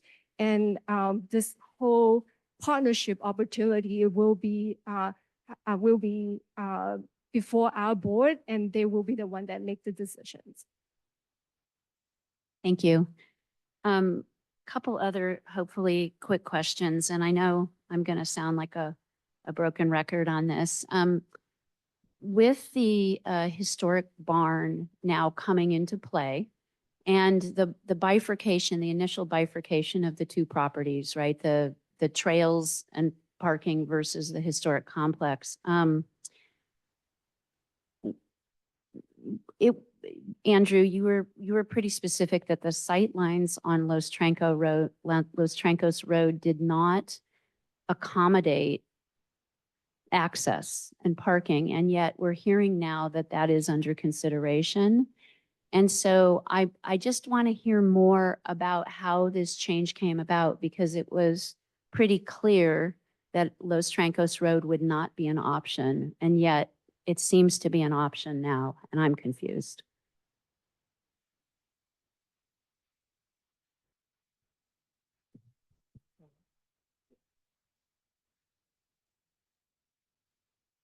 I think I'll start it off. And so what we had said for Los Troncos Road is that it's not suitable for general public access, which means an open parking lot, open 7 days a week, sunrise to sunset. because the traffic generated would exceed what was there once as the historic complex operated as a residential use. So one of the things that we're exploring is programming for adults with disabilities, and it's a very limited access.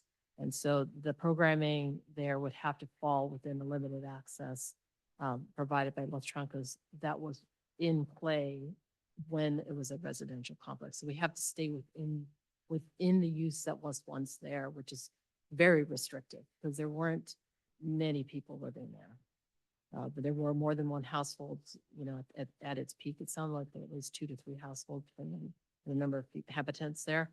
But it's still very restrictive, and we have to fall within that because that is the existing use that Los Trancos, the 2 driveways, were able to accommodate. And we have probably more detail that we can share. I think it's coming later. No, I can't remember. I'm sorry. I have a lot of deadlines in my head, so I can't remember what's coming when. But there is more analysis that went into that side. But it's very restrictive. And so to serve a parking lot of that's on the Alpine Road side, it just wouldn't be able to do it. Thank you. And then, sure. Just a quick follow-up, because I could have sworn I remembered that you had severe line of sight concerns on Los Trancos.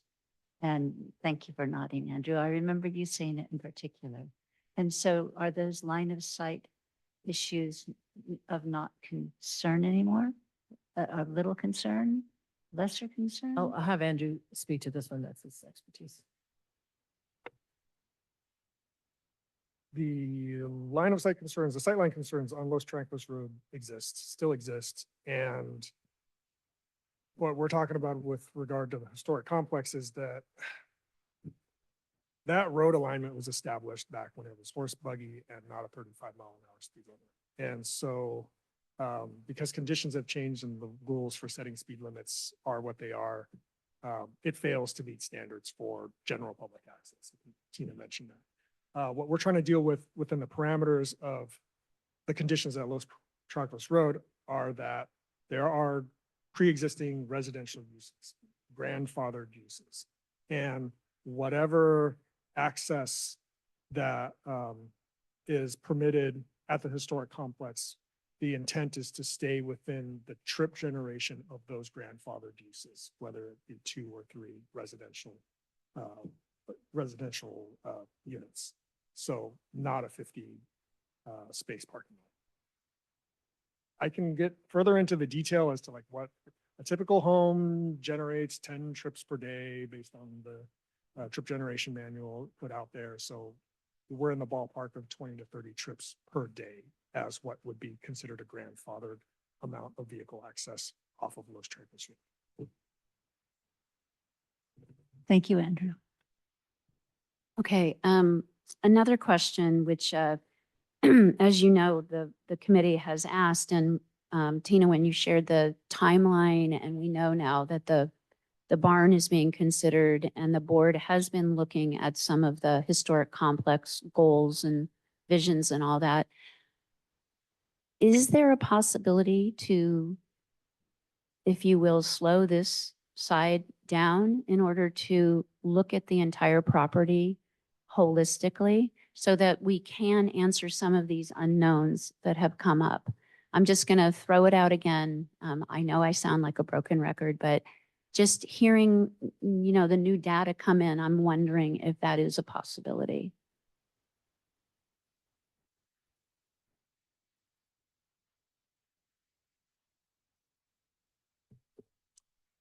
Karen, it's never, you can always ask the question and we'll try to answer the question. So it is really up to our board of directors to direct staff on how they would like to proceed on these 2 projects. Obviously, when we started the Hawthorns area plan, we really had no idea of what was going to happen at the historic complex. This opportunity to work with a potential partner on the lower barn really came about in the last few months. And so therefore, it's really us taking advantage of this wonderful opportunity to work with a future partner for the lower barn. We don't have a partnership opportunity for the other three structures within the historic complex. And like I said, I wish I had a crystal ball where I can look into it and say, wow, there's all these partnerships that are lining up, but we don't have that. So I think our board is going to really inform us on how we would like to proceed with the future partnership opportunity. But meanwhile, there is still, our goal is to open the Hawthorns area plan. That is really a primary goal of the work that Tina and Ashley are doing with this area plan. So big picture, we'd like to open the Hawthorns area to the residents of Portola Valley, to the community, so that you can access these trails sooner than later. Because if you want to slow it down, it will then slow down any future opening of this Hawthorns area. And there would be not the opportunity for all of you to come and enjoy this beautiful gem of a property. I mean, we can continue enjoying it for ourselves, but I think the community would like to access the Hawthorns area. Hopefully that answers your question. Okay, thank you. Couple more, hopefully quick questions. And actually, Jane, this might be one for you. A resident who knows a lot more about CEQA than I do said that she thought that you would have to do the CEQA analysis on the entire property and that you couldn't separate the property. And I'm just wanted to get a little bit more information on how that works. Okay. So obviously there's something in, so for those of you who don't know what CEQA stands for, it's the California Environmental Quality Act. It's state law. As a public agency, we are compelled, required to fulfill CEQA review. So this is a bit of a juggling or just choreography that we have to do, because going side by side, we have these two separate planning processes that are going on. And we are moving a little faster with the Hawthorns area plan, where we could potentially come up with a proposed project for the parking area and the trails. And depending on where the board goes with the separate planning process, which is the lower barn, it may meet up together at some point where we could look at the entire package for CEQA review when we start that environmental review process. But it will depend on how the board directs us to proceed with that potential partnership. There's a term in CEQA language that we don't want to piecemeal. Like if we know that there is some likely certainty something's going to happen, we should include it as part of the whole picture from an environmental review standpoint. Does that answer your question? Yeah, thank you. Okay. And then I think I have one last question, which is, I know in a previous meeting this was mentioned, and when Portola Valley has regulations or requirements about soil and fill issues and all of that, and I think there was a comment made to go to we have an ASCC Architectural Site Control Committee, as well as I know you're going to be meeting with the planning committee on the barn. But I guess my question is that has MidPen had any discussions with those two commissions, and particularly as they relate to some of the stuff you'll be able to do if the parking options go through? I'll tackle that one first, and then I'll turn to the project experts here. The short answer is no. So at this point, obviously, this is a MidPen-led planning process. We really need to engage our board of directors to seek their input and their recommendations, but also we've just went through this whole entire year of the public access working group. So working with the community through this POG process has been our primary focus for engagement to come up with something. I mean, we don't have anything to present to the ASCC until we go through this process to define what are the options. We now have some options that we can weigh in on and to bring to our board of directors to share with all of you for your input. And obviously, we're going to go to the planning commission. So in due time, we will be going to the ASCC. We don't have a formal permit application at this point. I just want you to be clear about that because we're still going through our planning process. Tina, anything to add there? Okay. Okay, thank you.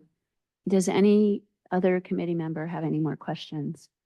Okay, so that was a great presentation. Good questions. It's 8 o'clock. We've been here 2 hours. If we could take a 5-minute break and then we'll have public comments and our final feedback and discussion. How's that sound? Thank you.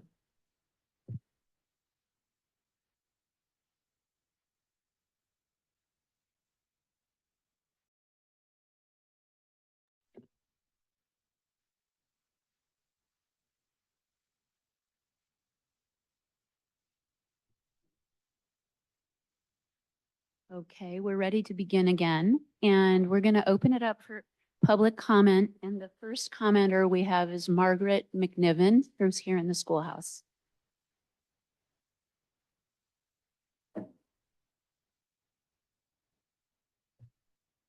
Evening. Thank you.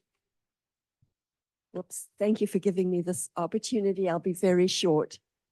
I'm Margaret McNiven. I'm the Board of Director representative for Portola Valley, Ward 6. And sorry.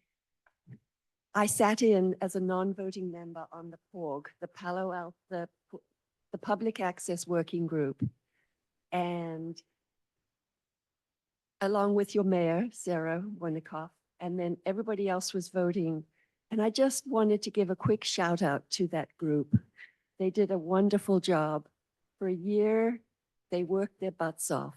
They did so much reading, they understood, they really worked into the details. And it was interesting to see the democratic process in action, because at the beginning, I really wasn't sure. But by the end, we came to these amazing consensus. So I just want to shout out to them for their hard work.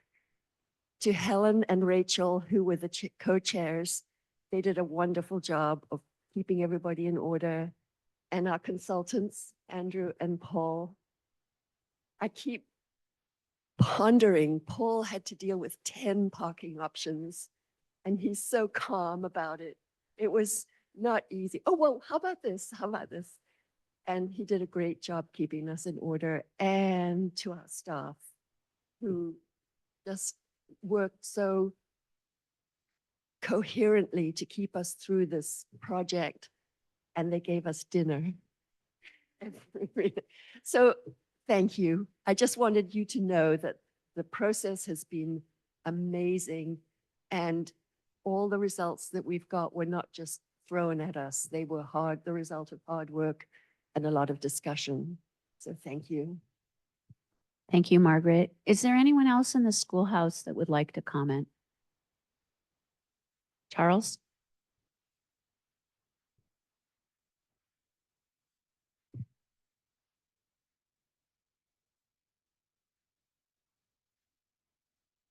Thank you very much.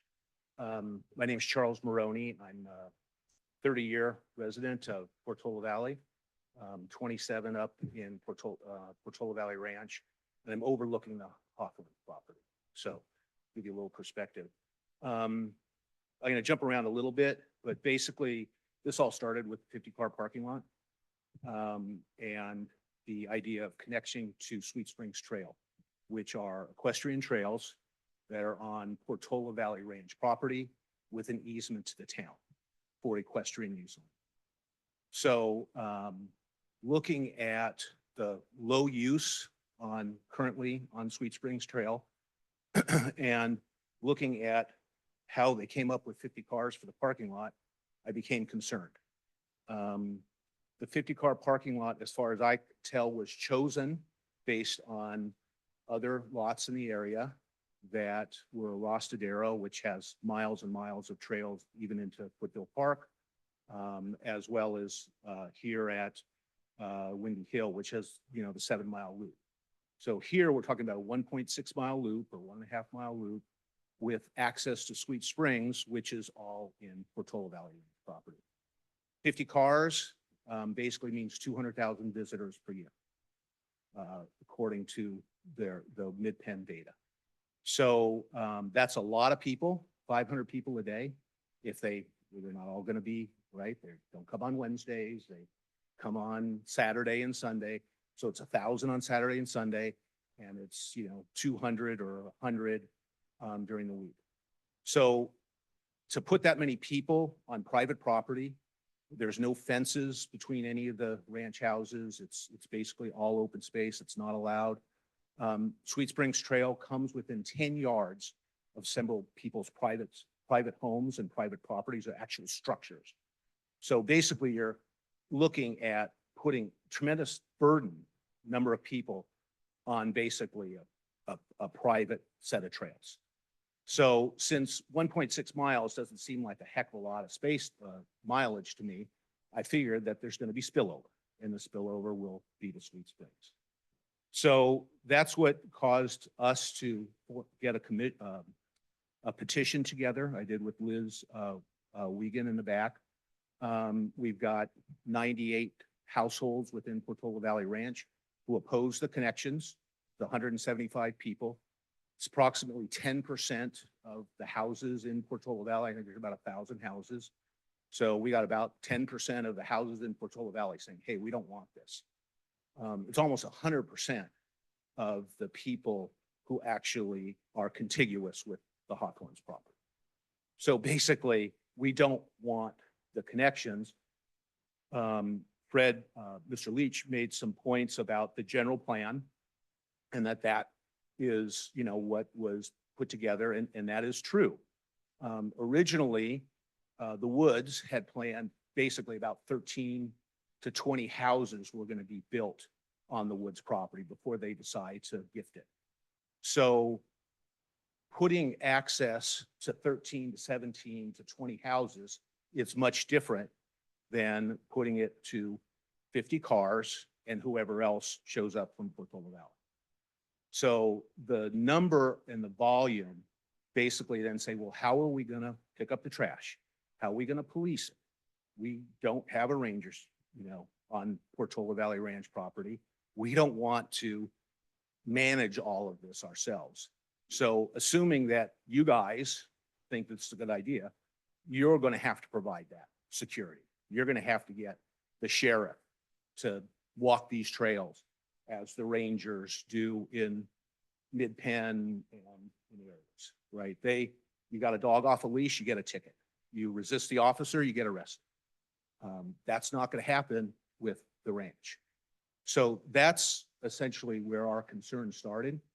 I brought these issues up at the POG several times. One of the members, Karen Valtra, who is also a Portola Valley resident, took me aside and said, hey, you know, maybe we can find some way to make this happen. And, you know, we brought up the issues, and that's where we came up with the idea of like, hey, her point was, I don't think we're going to get that parking lot full. I don't think we're going to get 200,000 visitors. And so, sorry, am I over time? If you, well, I'll try to I wrap. didn't, I failed to tell you about a time limit. So if you can wrap it up, I'll that'd try be to great. wrap it Thank up. you, Charles.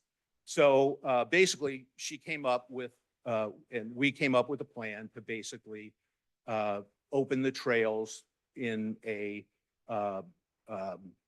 phased manner, such that we look at limiting the number of people, as opposed to what Fred was saying, hey, you want to get more people. So that's what I gave you, the letter that we sent to the POG, and that's co-written by Ms. Valtra. But the final point I just want to make is specifically about Trail 17. And, you know, one of the things one of the things that, Mid-Penn talked about was basically not putting the trails right through the middle of the scenic corridor. Well, that's a picture from my house, and I think that's a pretty scenic corridor. And Trail 17 goes right down the middle. That's why Karen agreed to say, hey, let's get rid of 17. Let's focus on 16. Let's focus on whether the easement is legal or not legal. And let's focus on how we can understand how many people are actually going to be walking on the trail. And that's why we came out with the letter. So thank you. Appreciate your time. Thank you, Charles. Leslie, and those on our webinar, we will get to you after those in the schoolhouse. Thank you for your patience. Hi, I'm Leslie Crease, and for those of you who know me, I live in the ranch. And I'd like to reiterate some of the points that were just made. First, the ranch is in no way set up to handle an increase of foot traffic through the ranch. I'd also like to iterate that we are Mid-Penn's largest single neighbor here, and we haven't really heard from Mid-Penn. We haven't spoken with you, you haven't spoken with us about your desire to cross our property line, or notified us even about it, actually. We're not your typical neighborhood. We're 202 homes, according to the office today. And those 202 voting homes own the ranch. They own the property of the ranch. We're not like Westridge, where you have an HOA, but you're kind of a public thing. We own and make our rules. We're also a nature preserve, and we are a dedicated nature preserve, and we have a whole set of rules. We don't have fences because obviously our wildlife inhabitants wouldn't really appreciate our fences. And our homes are set very close to the trail, and that's the way it was designed many, many years ago. So when people come walking in and they step off the trail, they're stepping into my yard and into my home. There's no way to avoid it. And I question, if that happens and someone has an accident, who does the liability go to? Me, the ranch, the POG? So we are a dedicated nature preserve. And when you walk through the ranch, you'll see homes that have a pretty amount of space between them. Those aren't people's backyards. Those are nature conservancies and conservancy easements, usually for native planting or other species that are there. So they're not places where you can just go wander through, tell your kids who don't know the area to go play in that area. Finally, the lack of fences creates a lot of not a lot of problems, but if you increase the traffic through our neighborhood, we cannot fence ourselves off. We cannot keep people's dogs out, and we already have a problem with dogs. And it's not that I don't like dogs. I love dogs. But everybody that comes through with their dogs off leash says, oh, well, I understand, but my Fido's special and he comes when he's called. And of course that Fido doesn't. We had a situation like several weeks ago where one of our residents was au naturel in her hot tub, which is very well screened, but unfortunately dogs that were being walked in the park off leash got in and got up to her, and much toing and froing ensued. Finally, we're also a Firewise community, which is a great thing, and I encourage you all to come take a look. We're well cleaned out and cleaned up, and it's really beautiful. But a lot of those homes, particularly along the backside where this gentleman lives, they lack screening now.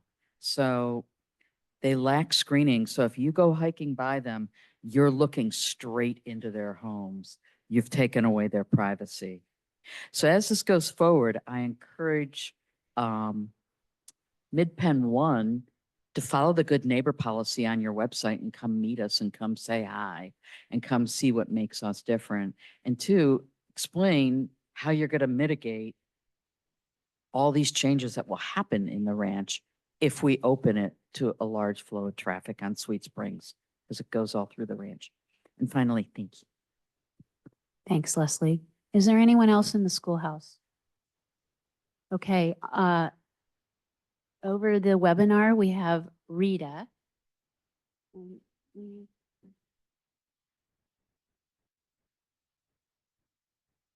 Hi, Rita Comas Whitney, and I'm sorry I'm not there to see Margaret. Margaret, I had your berry dessert just on Saturday, and I would have been so glad to see you. I just want to make a few comments. I didn't hear anything about a plan for horses, and maybe it was done in a different meeting, but please keep the horses. This is a horse community. This project is in our community. Please plan a parking for horses.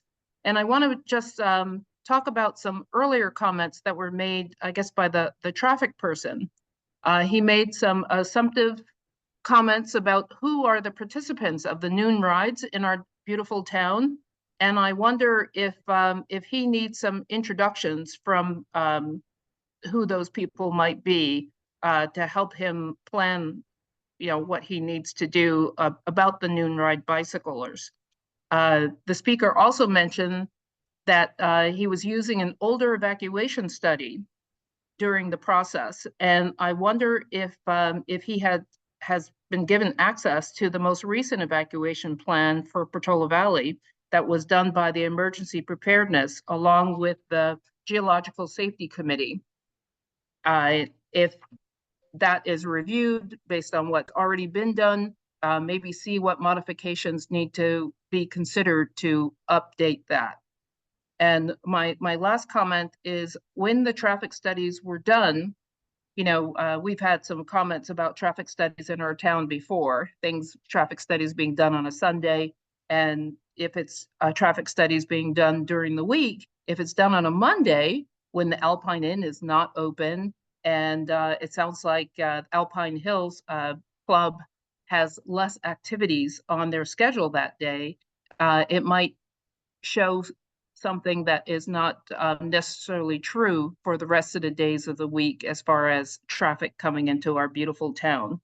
So I hope that these items I mentioned, that they're noted and looked at, but really appreciate you coming to talk to the town.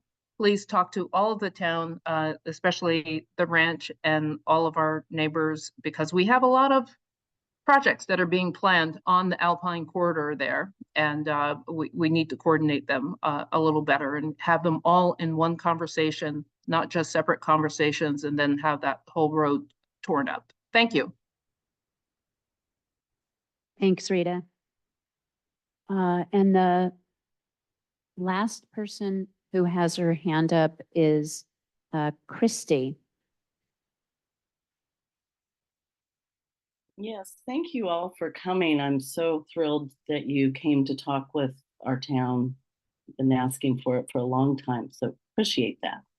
I live on Portola Road. I live within a half mile of number 10 and number 9 parking that you're proposing. I believe if you can, from the parking lot, if you can see Alpine Road will become the overflow. And that is my main concern, that we will get overflow regardless of 35 or even 50 possibly. It will become the parking for the parents as well as bikers going up to Black Mountain and up to Skyline, because Alpine connects to Skyline. That's one point I have. I think the trees should be counted and evaluated for phase 1, not considered later, as this may help in the decision-making process. I think the Alpine Trail should be considered with our town engineer for phase 1, and it should not be pushed off to another time. Alpine Trail is extremely important to all families and people in our town, and it needs to be planned with what you're planning for parking. So I think that needs to be tackled in phase 1. Is our town engineer here? Is he listening for future planning?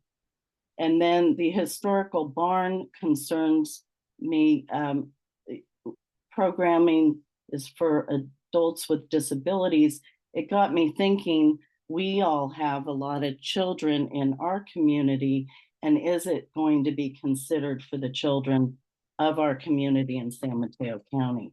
Or is that the plan later, if you could talk about that? I also have a question regarding traffic. If you're putting the parking lot at a 60-foot setback instead of a 75-foot setback, can you explain why you're planning that? And then traffic, I think it'd be great if you do 2024 traffic analysis. We have new flock cameras at 280 and Alpine on the island. Why wouldn't we use that? And if it wasn't used, those numbers used, why not? And then I wanted to remind you that our schools get out at noon on Wednesdays.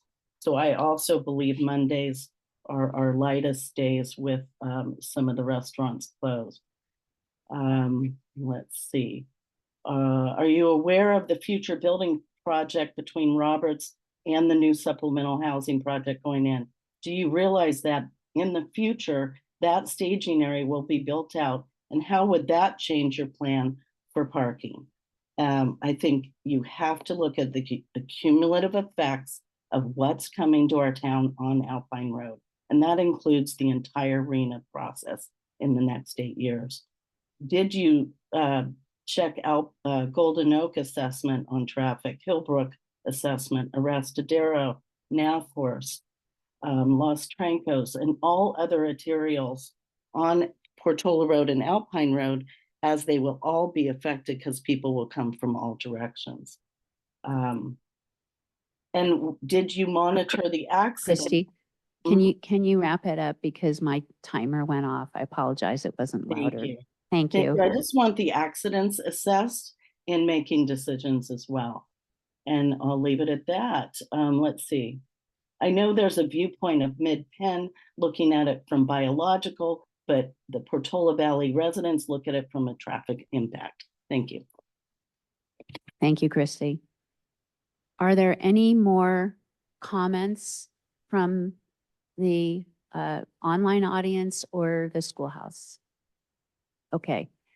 We're gonna move on to committee discussion, and I don't know, does anyone have a suggestion? I'm wondering if we should go through the trails first and then the parking, or vice versa, whatever.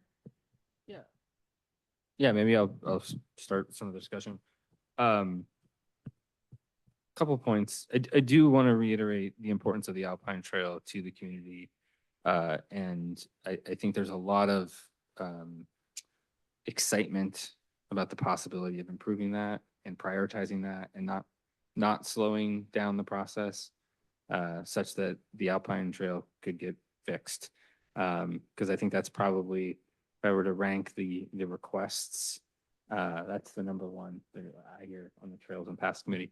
I'll maybe come back to something that I think Rita commented on too, is just, really reinforcing that the trails within this area are truly multi-use, that we have the ability for hikers, equestrians, and bikers to use them.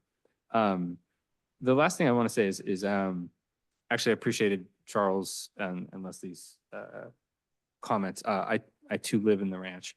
And one of the things that I think I actually maybe have changed my mind a little bit, and I want to come back to the general plan. I think one of the things that Charles brought up is when those things were laid out, we weren't talking about having 100,000 people in this area per year. We were talking about somewhere between, I think it was 10 to 20 houses. And so I do think then really being clear about what the usage is that's tolerable for that connection, because while as a person who loves the trails and wants to see as many connections as possible, and connections generally are more valuable with more people, I am very sympathetic to the points that were raised, and I think my job as sort of a steward of one of the temporary stewards of the Trails and Paths system of this town is to follow that plan. And I do think highlighting that the plan actually was for this 10 to 20 versus this 100,000 people per year, I do think is a really important point. And so I'm finding myself more in favor of the sort of wait and see approach to 16 than when I first came here tonight. So maybe that's just my piece of the discussion to end with on trails. Okay, anybody else want to comment on trails or follow up on Fred's comments?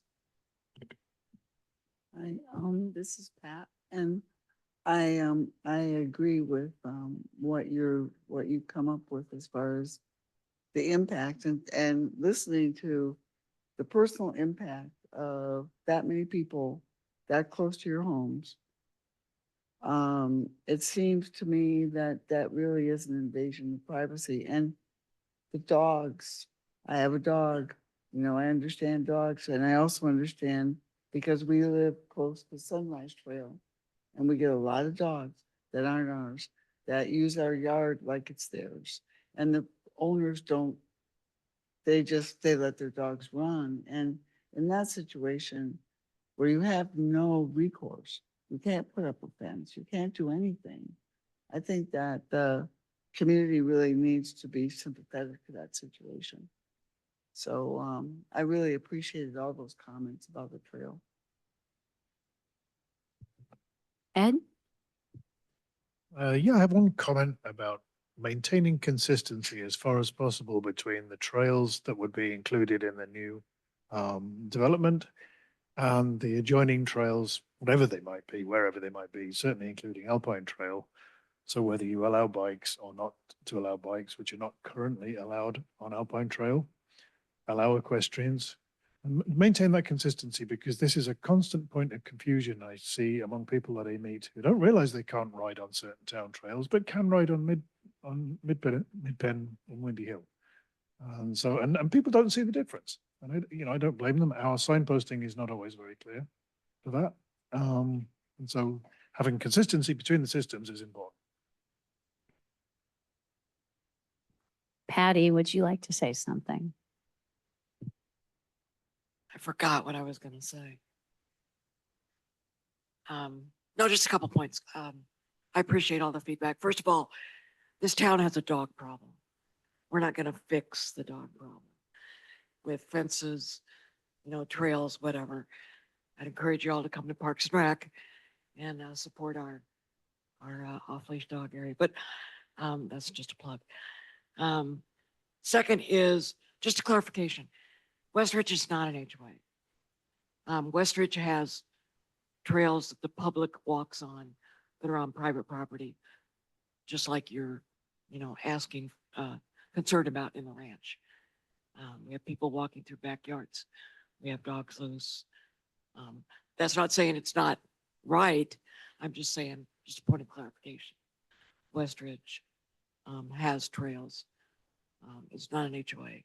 Public, open dogs, horses, crap all over the place. So it's not a solution, just clarification.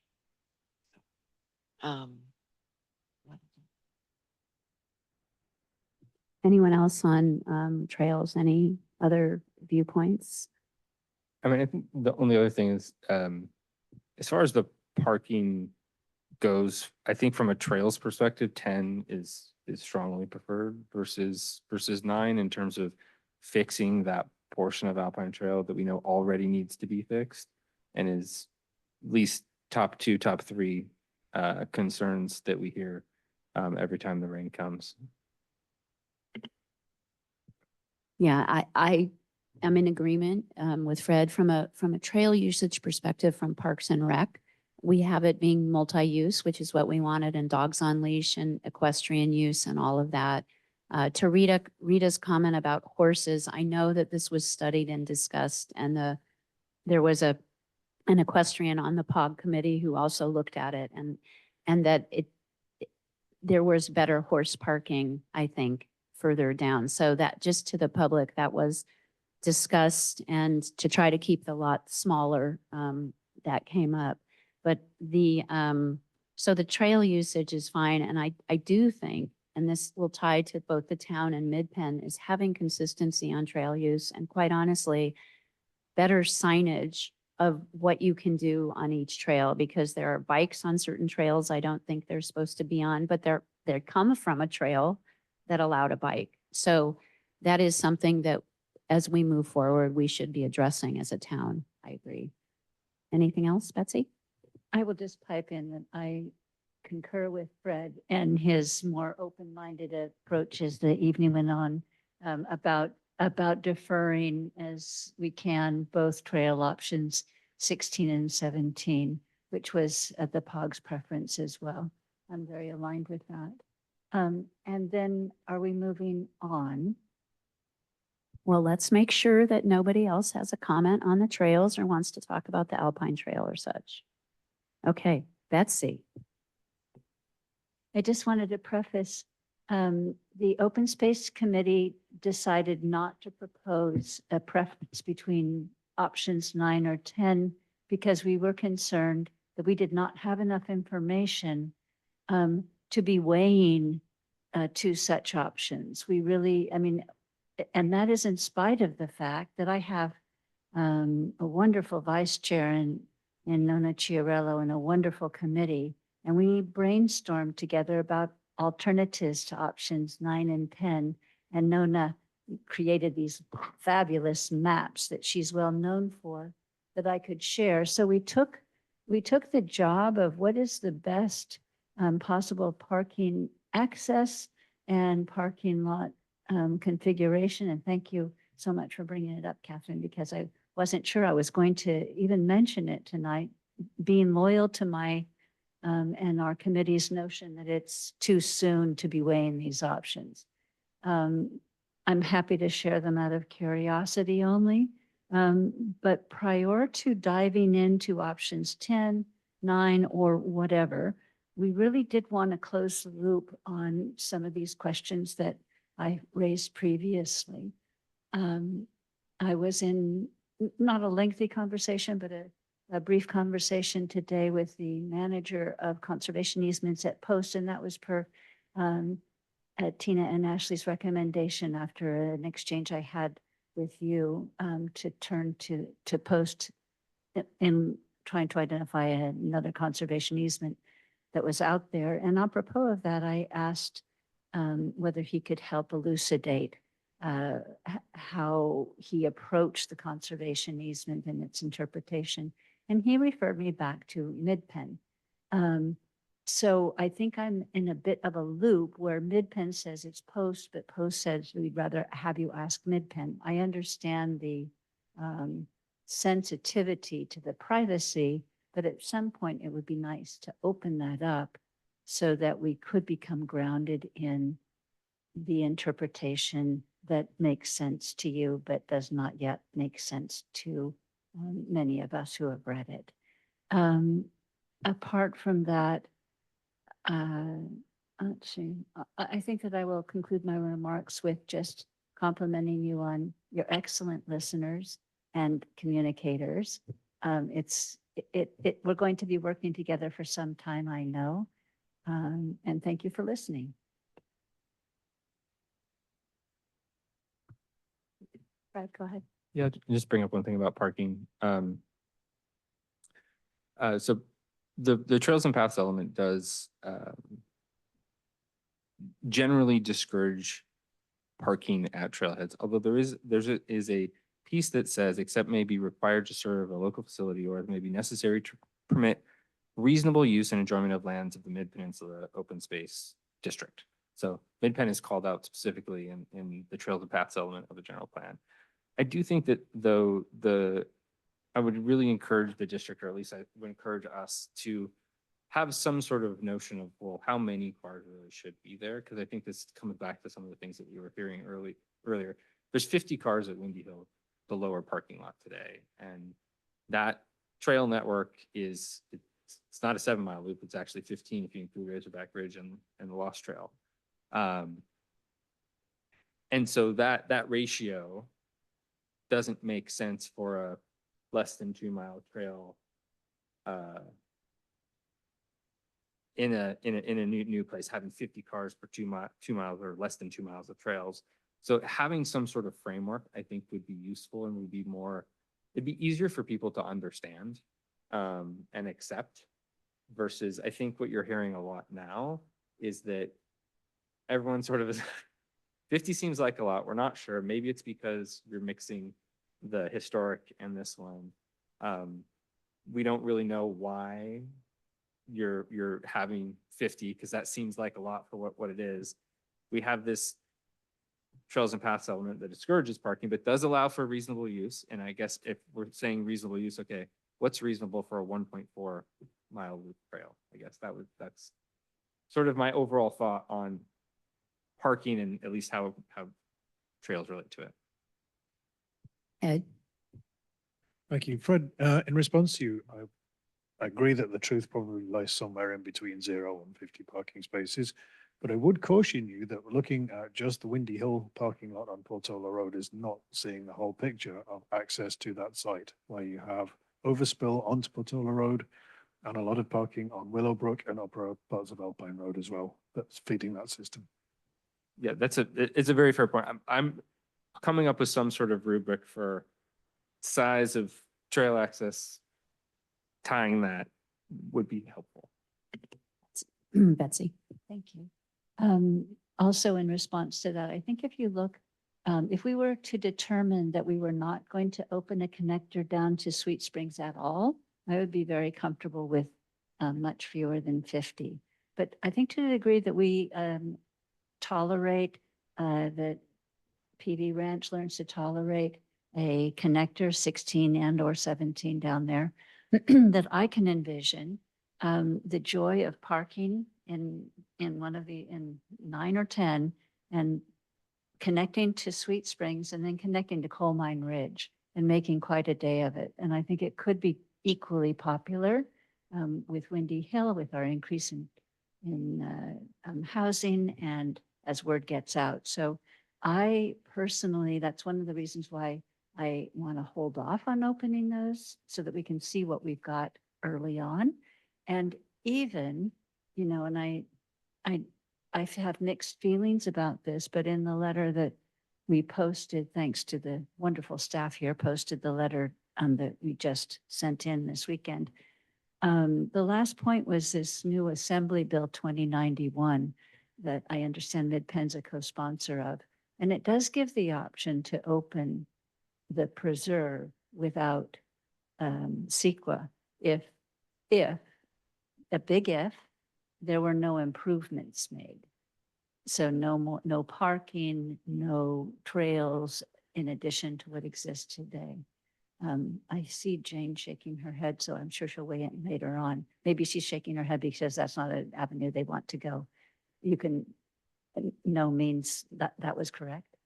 Well, I'll let her speak for herself at another time. Anyway, I was speculating whether there were some ways that we could have a softer beginnings to this before we go full hog in for 50 parking places and not knowing whether we're going to connect to Sweet Springs and not knowing what's going to happen at the historic district that could add its own demand. Thanks for listening. Okay, I have, I'm gonna, if it's okay, if I may go, I kind of have a little bit of a different perspective. And I'm thinking about the parking crisis we also seem to have in Portola Valley, whether it's Windy Hill on a weekend and over on Portola Road or with Zotz where it's so full there, they're parking out on Arrastradero and soccer AYSO has stopped using the field because they can't park there. This is a Parks and Rec issue, clearly, as well as the use of Ford Field being full now. And I want to be forward thinking in this. And I like the phased in approach. I like having the ability to start small, but the ability to expand if we realize there is parking in neighborhoods or somewhere along Alpine Road or the Roberts Market lot gets filled up. So I want to be prepared for that because I think, and we know there's more development. We know that we want more people using the park and coming to Portola Valley. And we know we're going to have more residents, and we have a lot of people, maybe not on Mondays, but there are people that then go for a hike and go to Zots. So it does become a day. And I want to be prepared for that so we don't end up tearing our hair out in 10 years. On a side, I thought there were a couple really good resident comments, which as you guys move forward, there is an updated evacuation plan for Portola Valley to take a look at that. And also do some, get some updated traffic studies for 2024, because I think that we're coming out of that COVID phase and there seems to be more traffic. So just keeping ourselves updated and making decisions as we go. Ed. Yeah, opening up something of a can of worms, so please don't hate me for doing this. But thinking about the wider thoughts on connectivity to trails, if we circumvent for now the Sweet Springs access issue, is there any alternative, and forgive me if I missed this, to make a connection through the Hawthorns property to the Los Trancos Trail? So we advocated for that in our letter to the POG. That would be fantastic from a trails perspective, because as for those of you who don't know, the Los Trancos Trail suffers the unfortunate fact that it crosses the county, or runs into the county line, shall we say. And so where San Mateo County becomes Santa Clara County on Los Trancos Road, our trail ends. And then it doesn't pick up again until the creek, until the county basically becomes San Mateo again. And so there is a very logical place for it to go through. There are things that will have to be navigated in terms of, I think, the historic structures, potentially the olive grove. But I think that is another place on the diagram. I believe it's Appendix A in the Trails and Paths element that has sketched out that there will be concerns, because that Los Trancos Trail does go by some homes in the ranch. There's some homes that are not in the ranch that it goes by. So there will be concerns there. But from a safety perspective for trail users who are trying to come up Los Trancos and get into the backside of Coal Mine Ridge, the Blue Oaks portion of it, even getting up into Dirt Alpine, that would be a significant improvement, because Los Trancos Road for trail users is terrible. It's very, very dangerous as it exists today. There's portions where there's no shoulder, and people, the lines of sight are not good, and the speeds are not particularly good. Are there, okay, so we've talked about the trails. We've talked about parking size, but are there comments on, options 9 and 10? Betsy's weighed in that we need more information, and maybe look at some other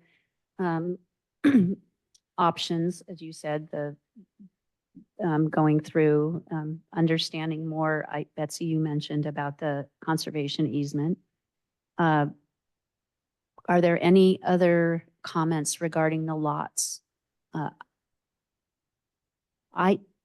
For me personally, it's really about safety and getting the right data to make the decision. I think that if we can redo the Alpine Trail at Portola Road, it would be just a tremendous improvement as well. And that's a safety issue. I've seen people slip down that thing when it's wet.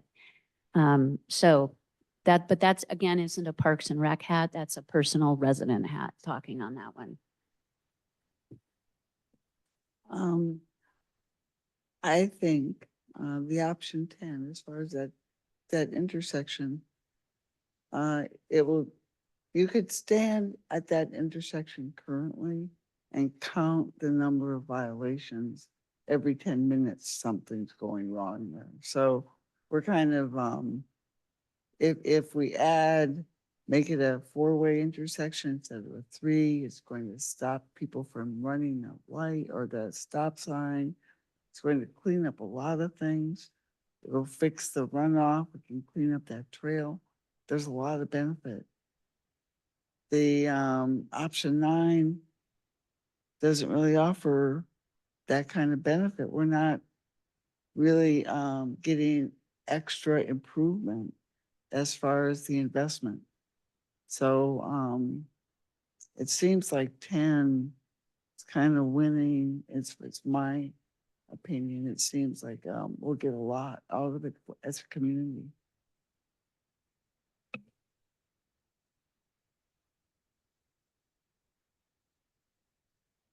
Okay, any other comments? Any, Mid-Penn, is there anything that you want us to address that we haven't addressed?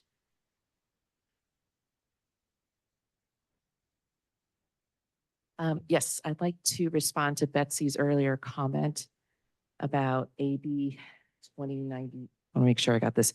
AB 2091.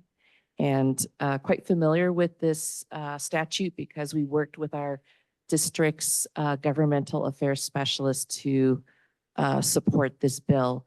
And it's not something the district would be using because the area plan will be looking at not just public access improvements, but we're also going to be looking at some resource management actions or improvements. There might be some other land management and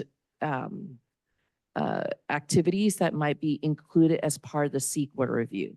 So I just want to clarify that that statute would not be something we would pursue for a categorical exemption for the trails because the area plan is more than just the trails.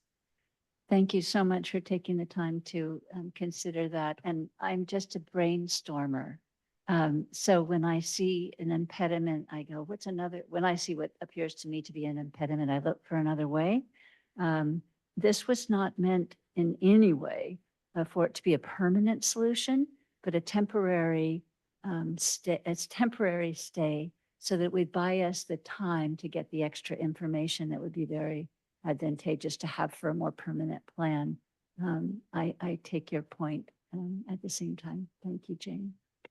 And there's a second point you made about, or perhaps it was Karen, about doing additional traffic studies. Once we have a proposed project description to start the environmental review phase, we will be doing some additional technical studies. So to get the latest and greatest up-to-date information. So thank you.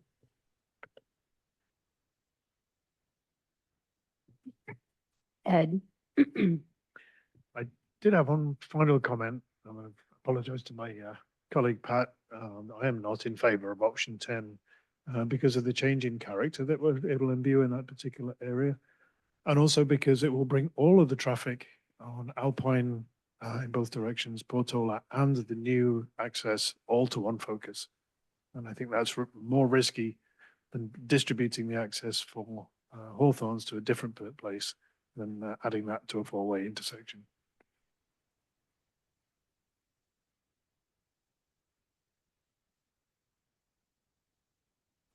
Okay, any other thoughts? Patty, anything you want to add or?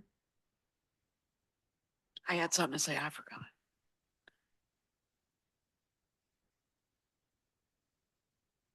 All right, well, we really appreciate all the work that you've done and we are excited to have this open for everyone. And we're just looking forward to seeing how it can be done in the best possible way. So thank you. Do we need to have a motion to adjourn? I don't think so. I'll move. Meeting is adjourned. Thank you.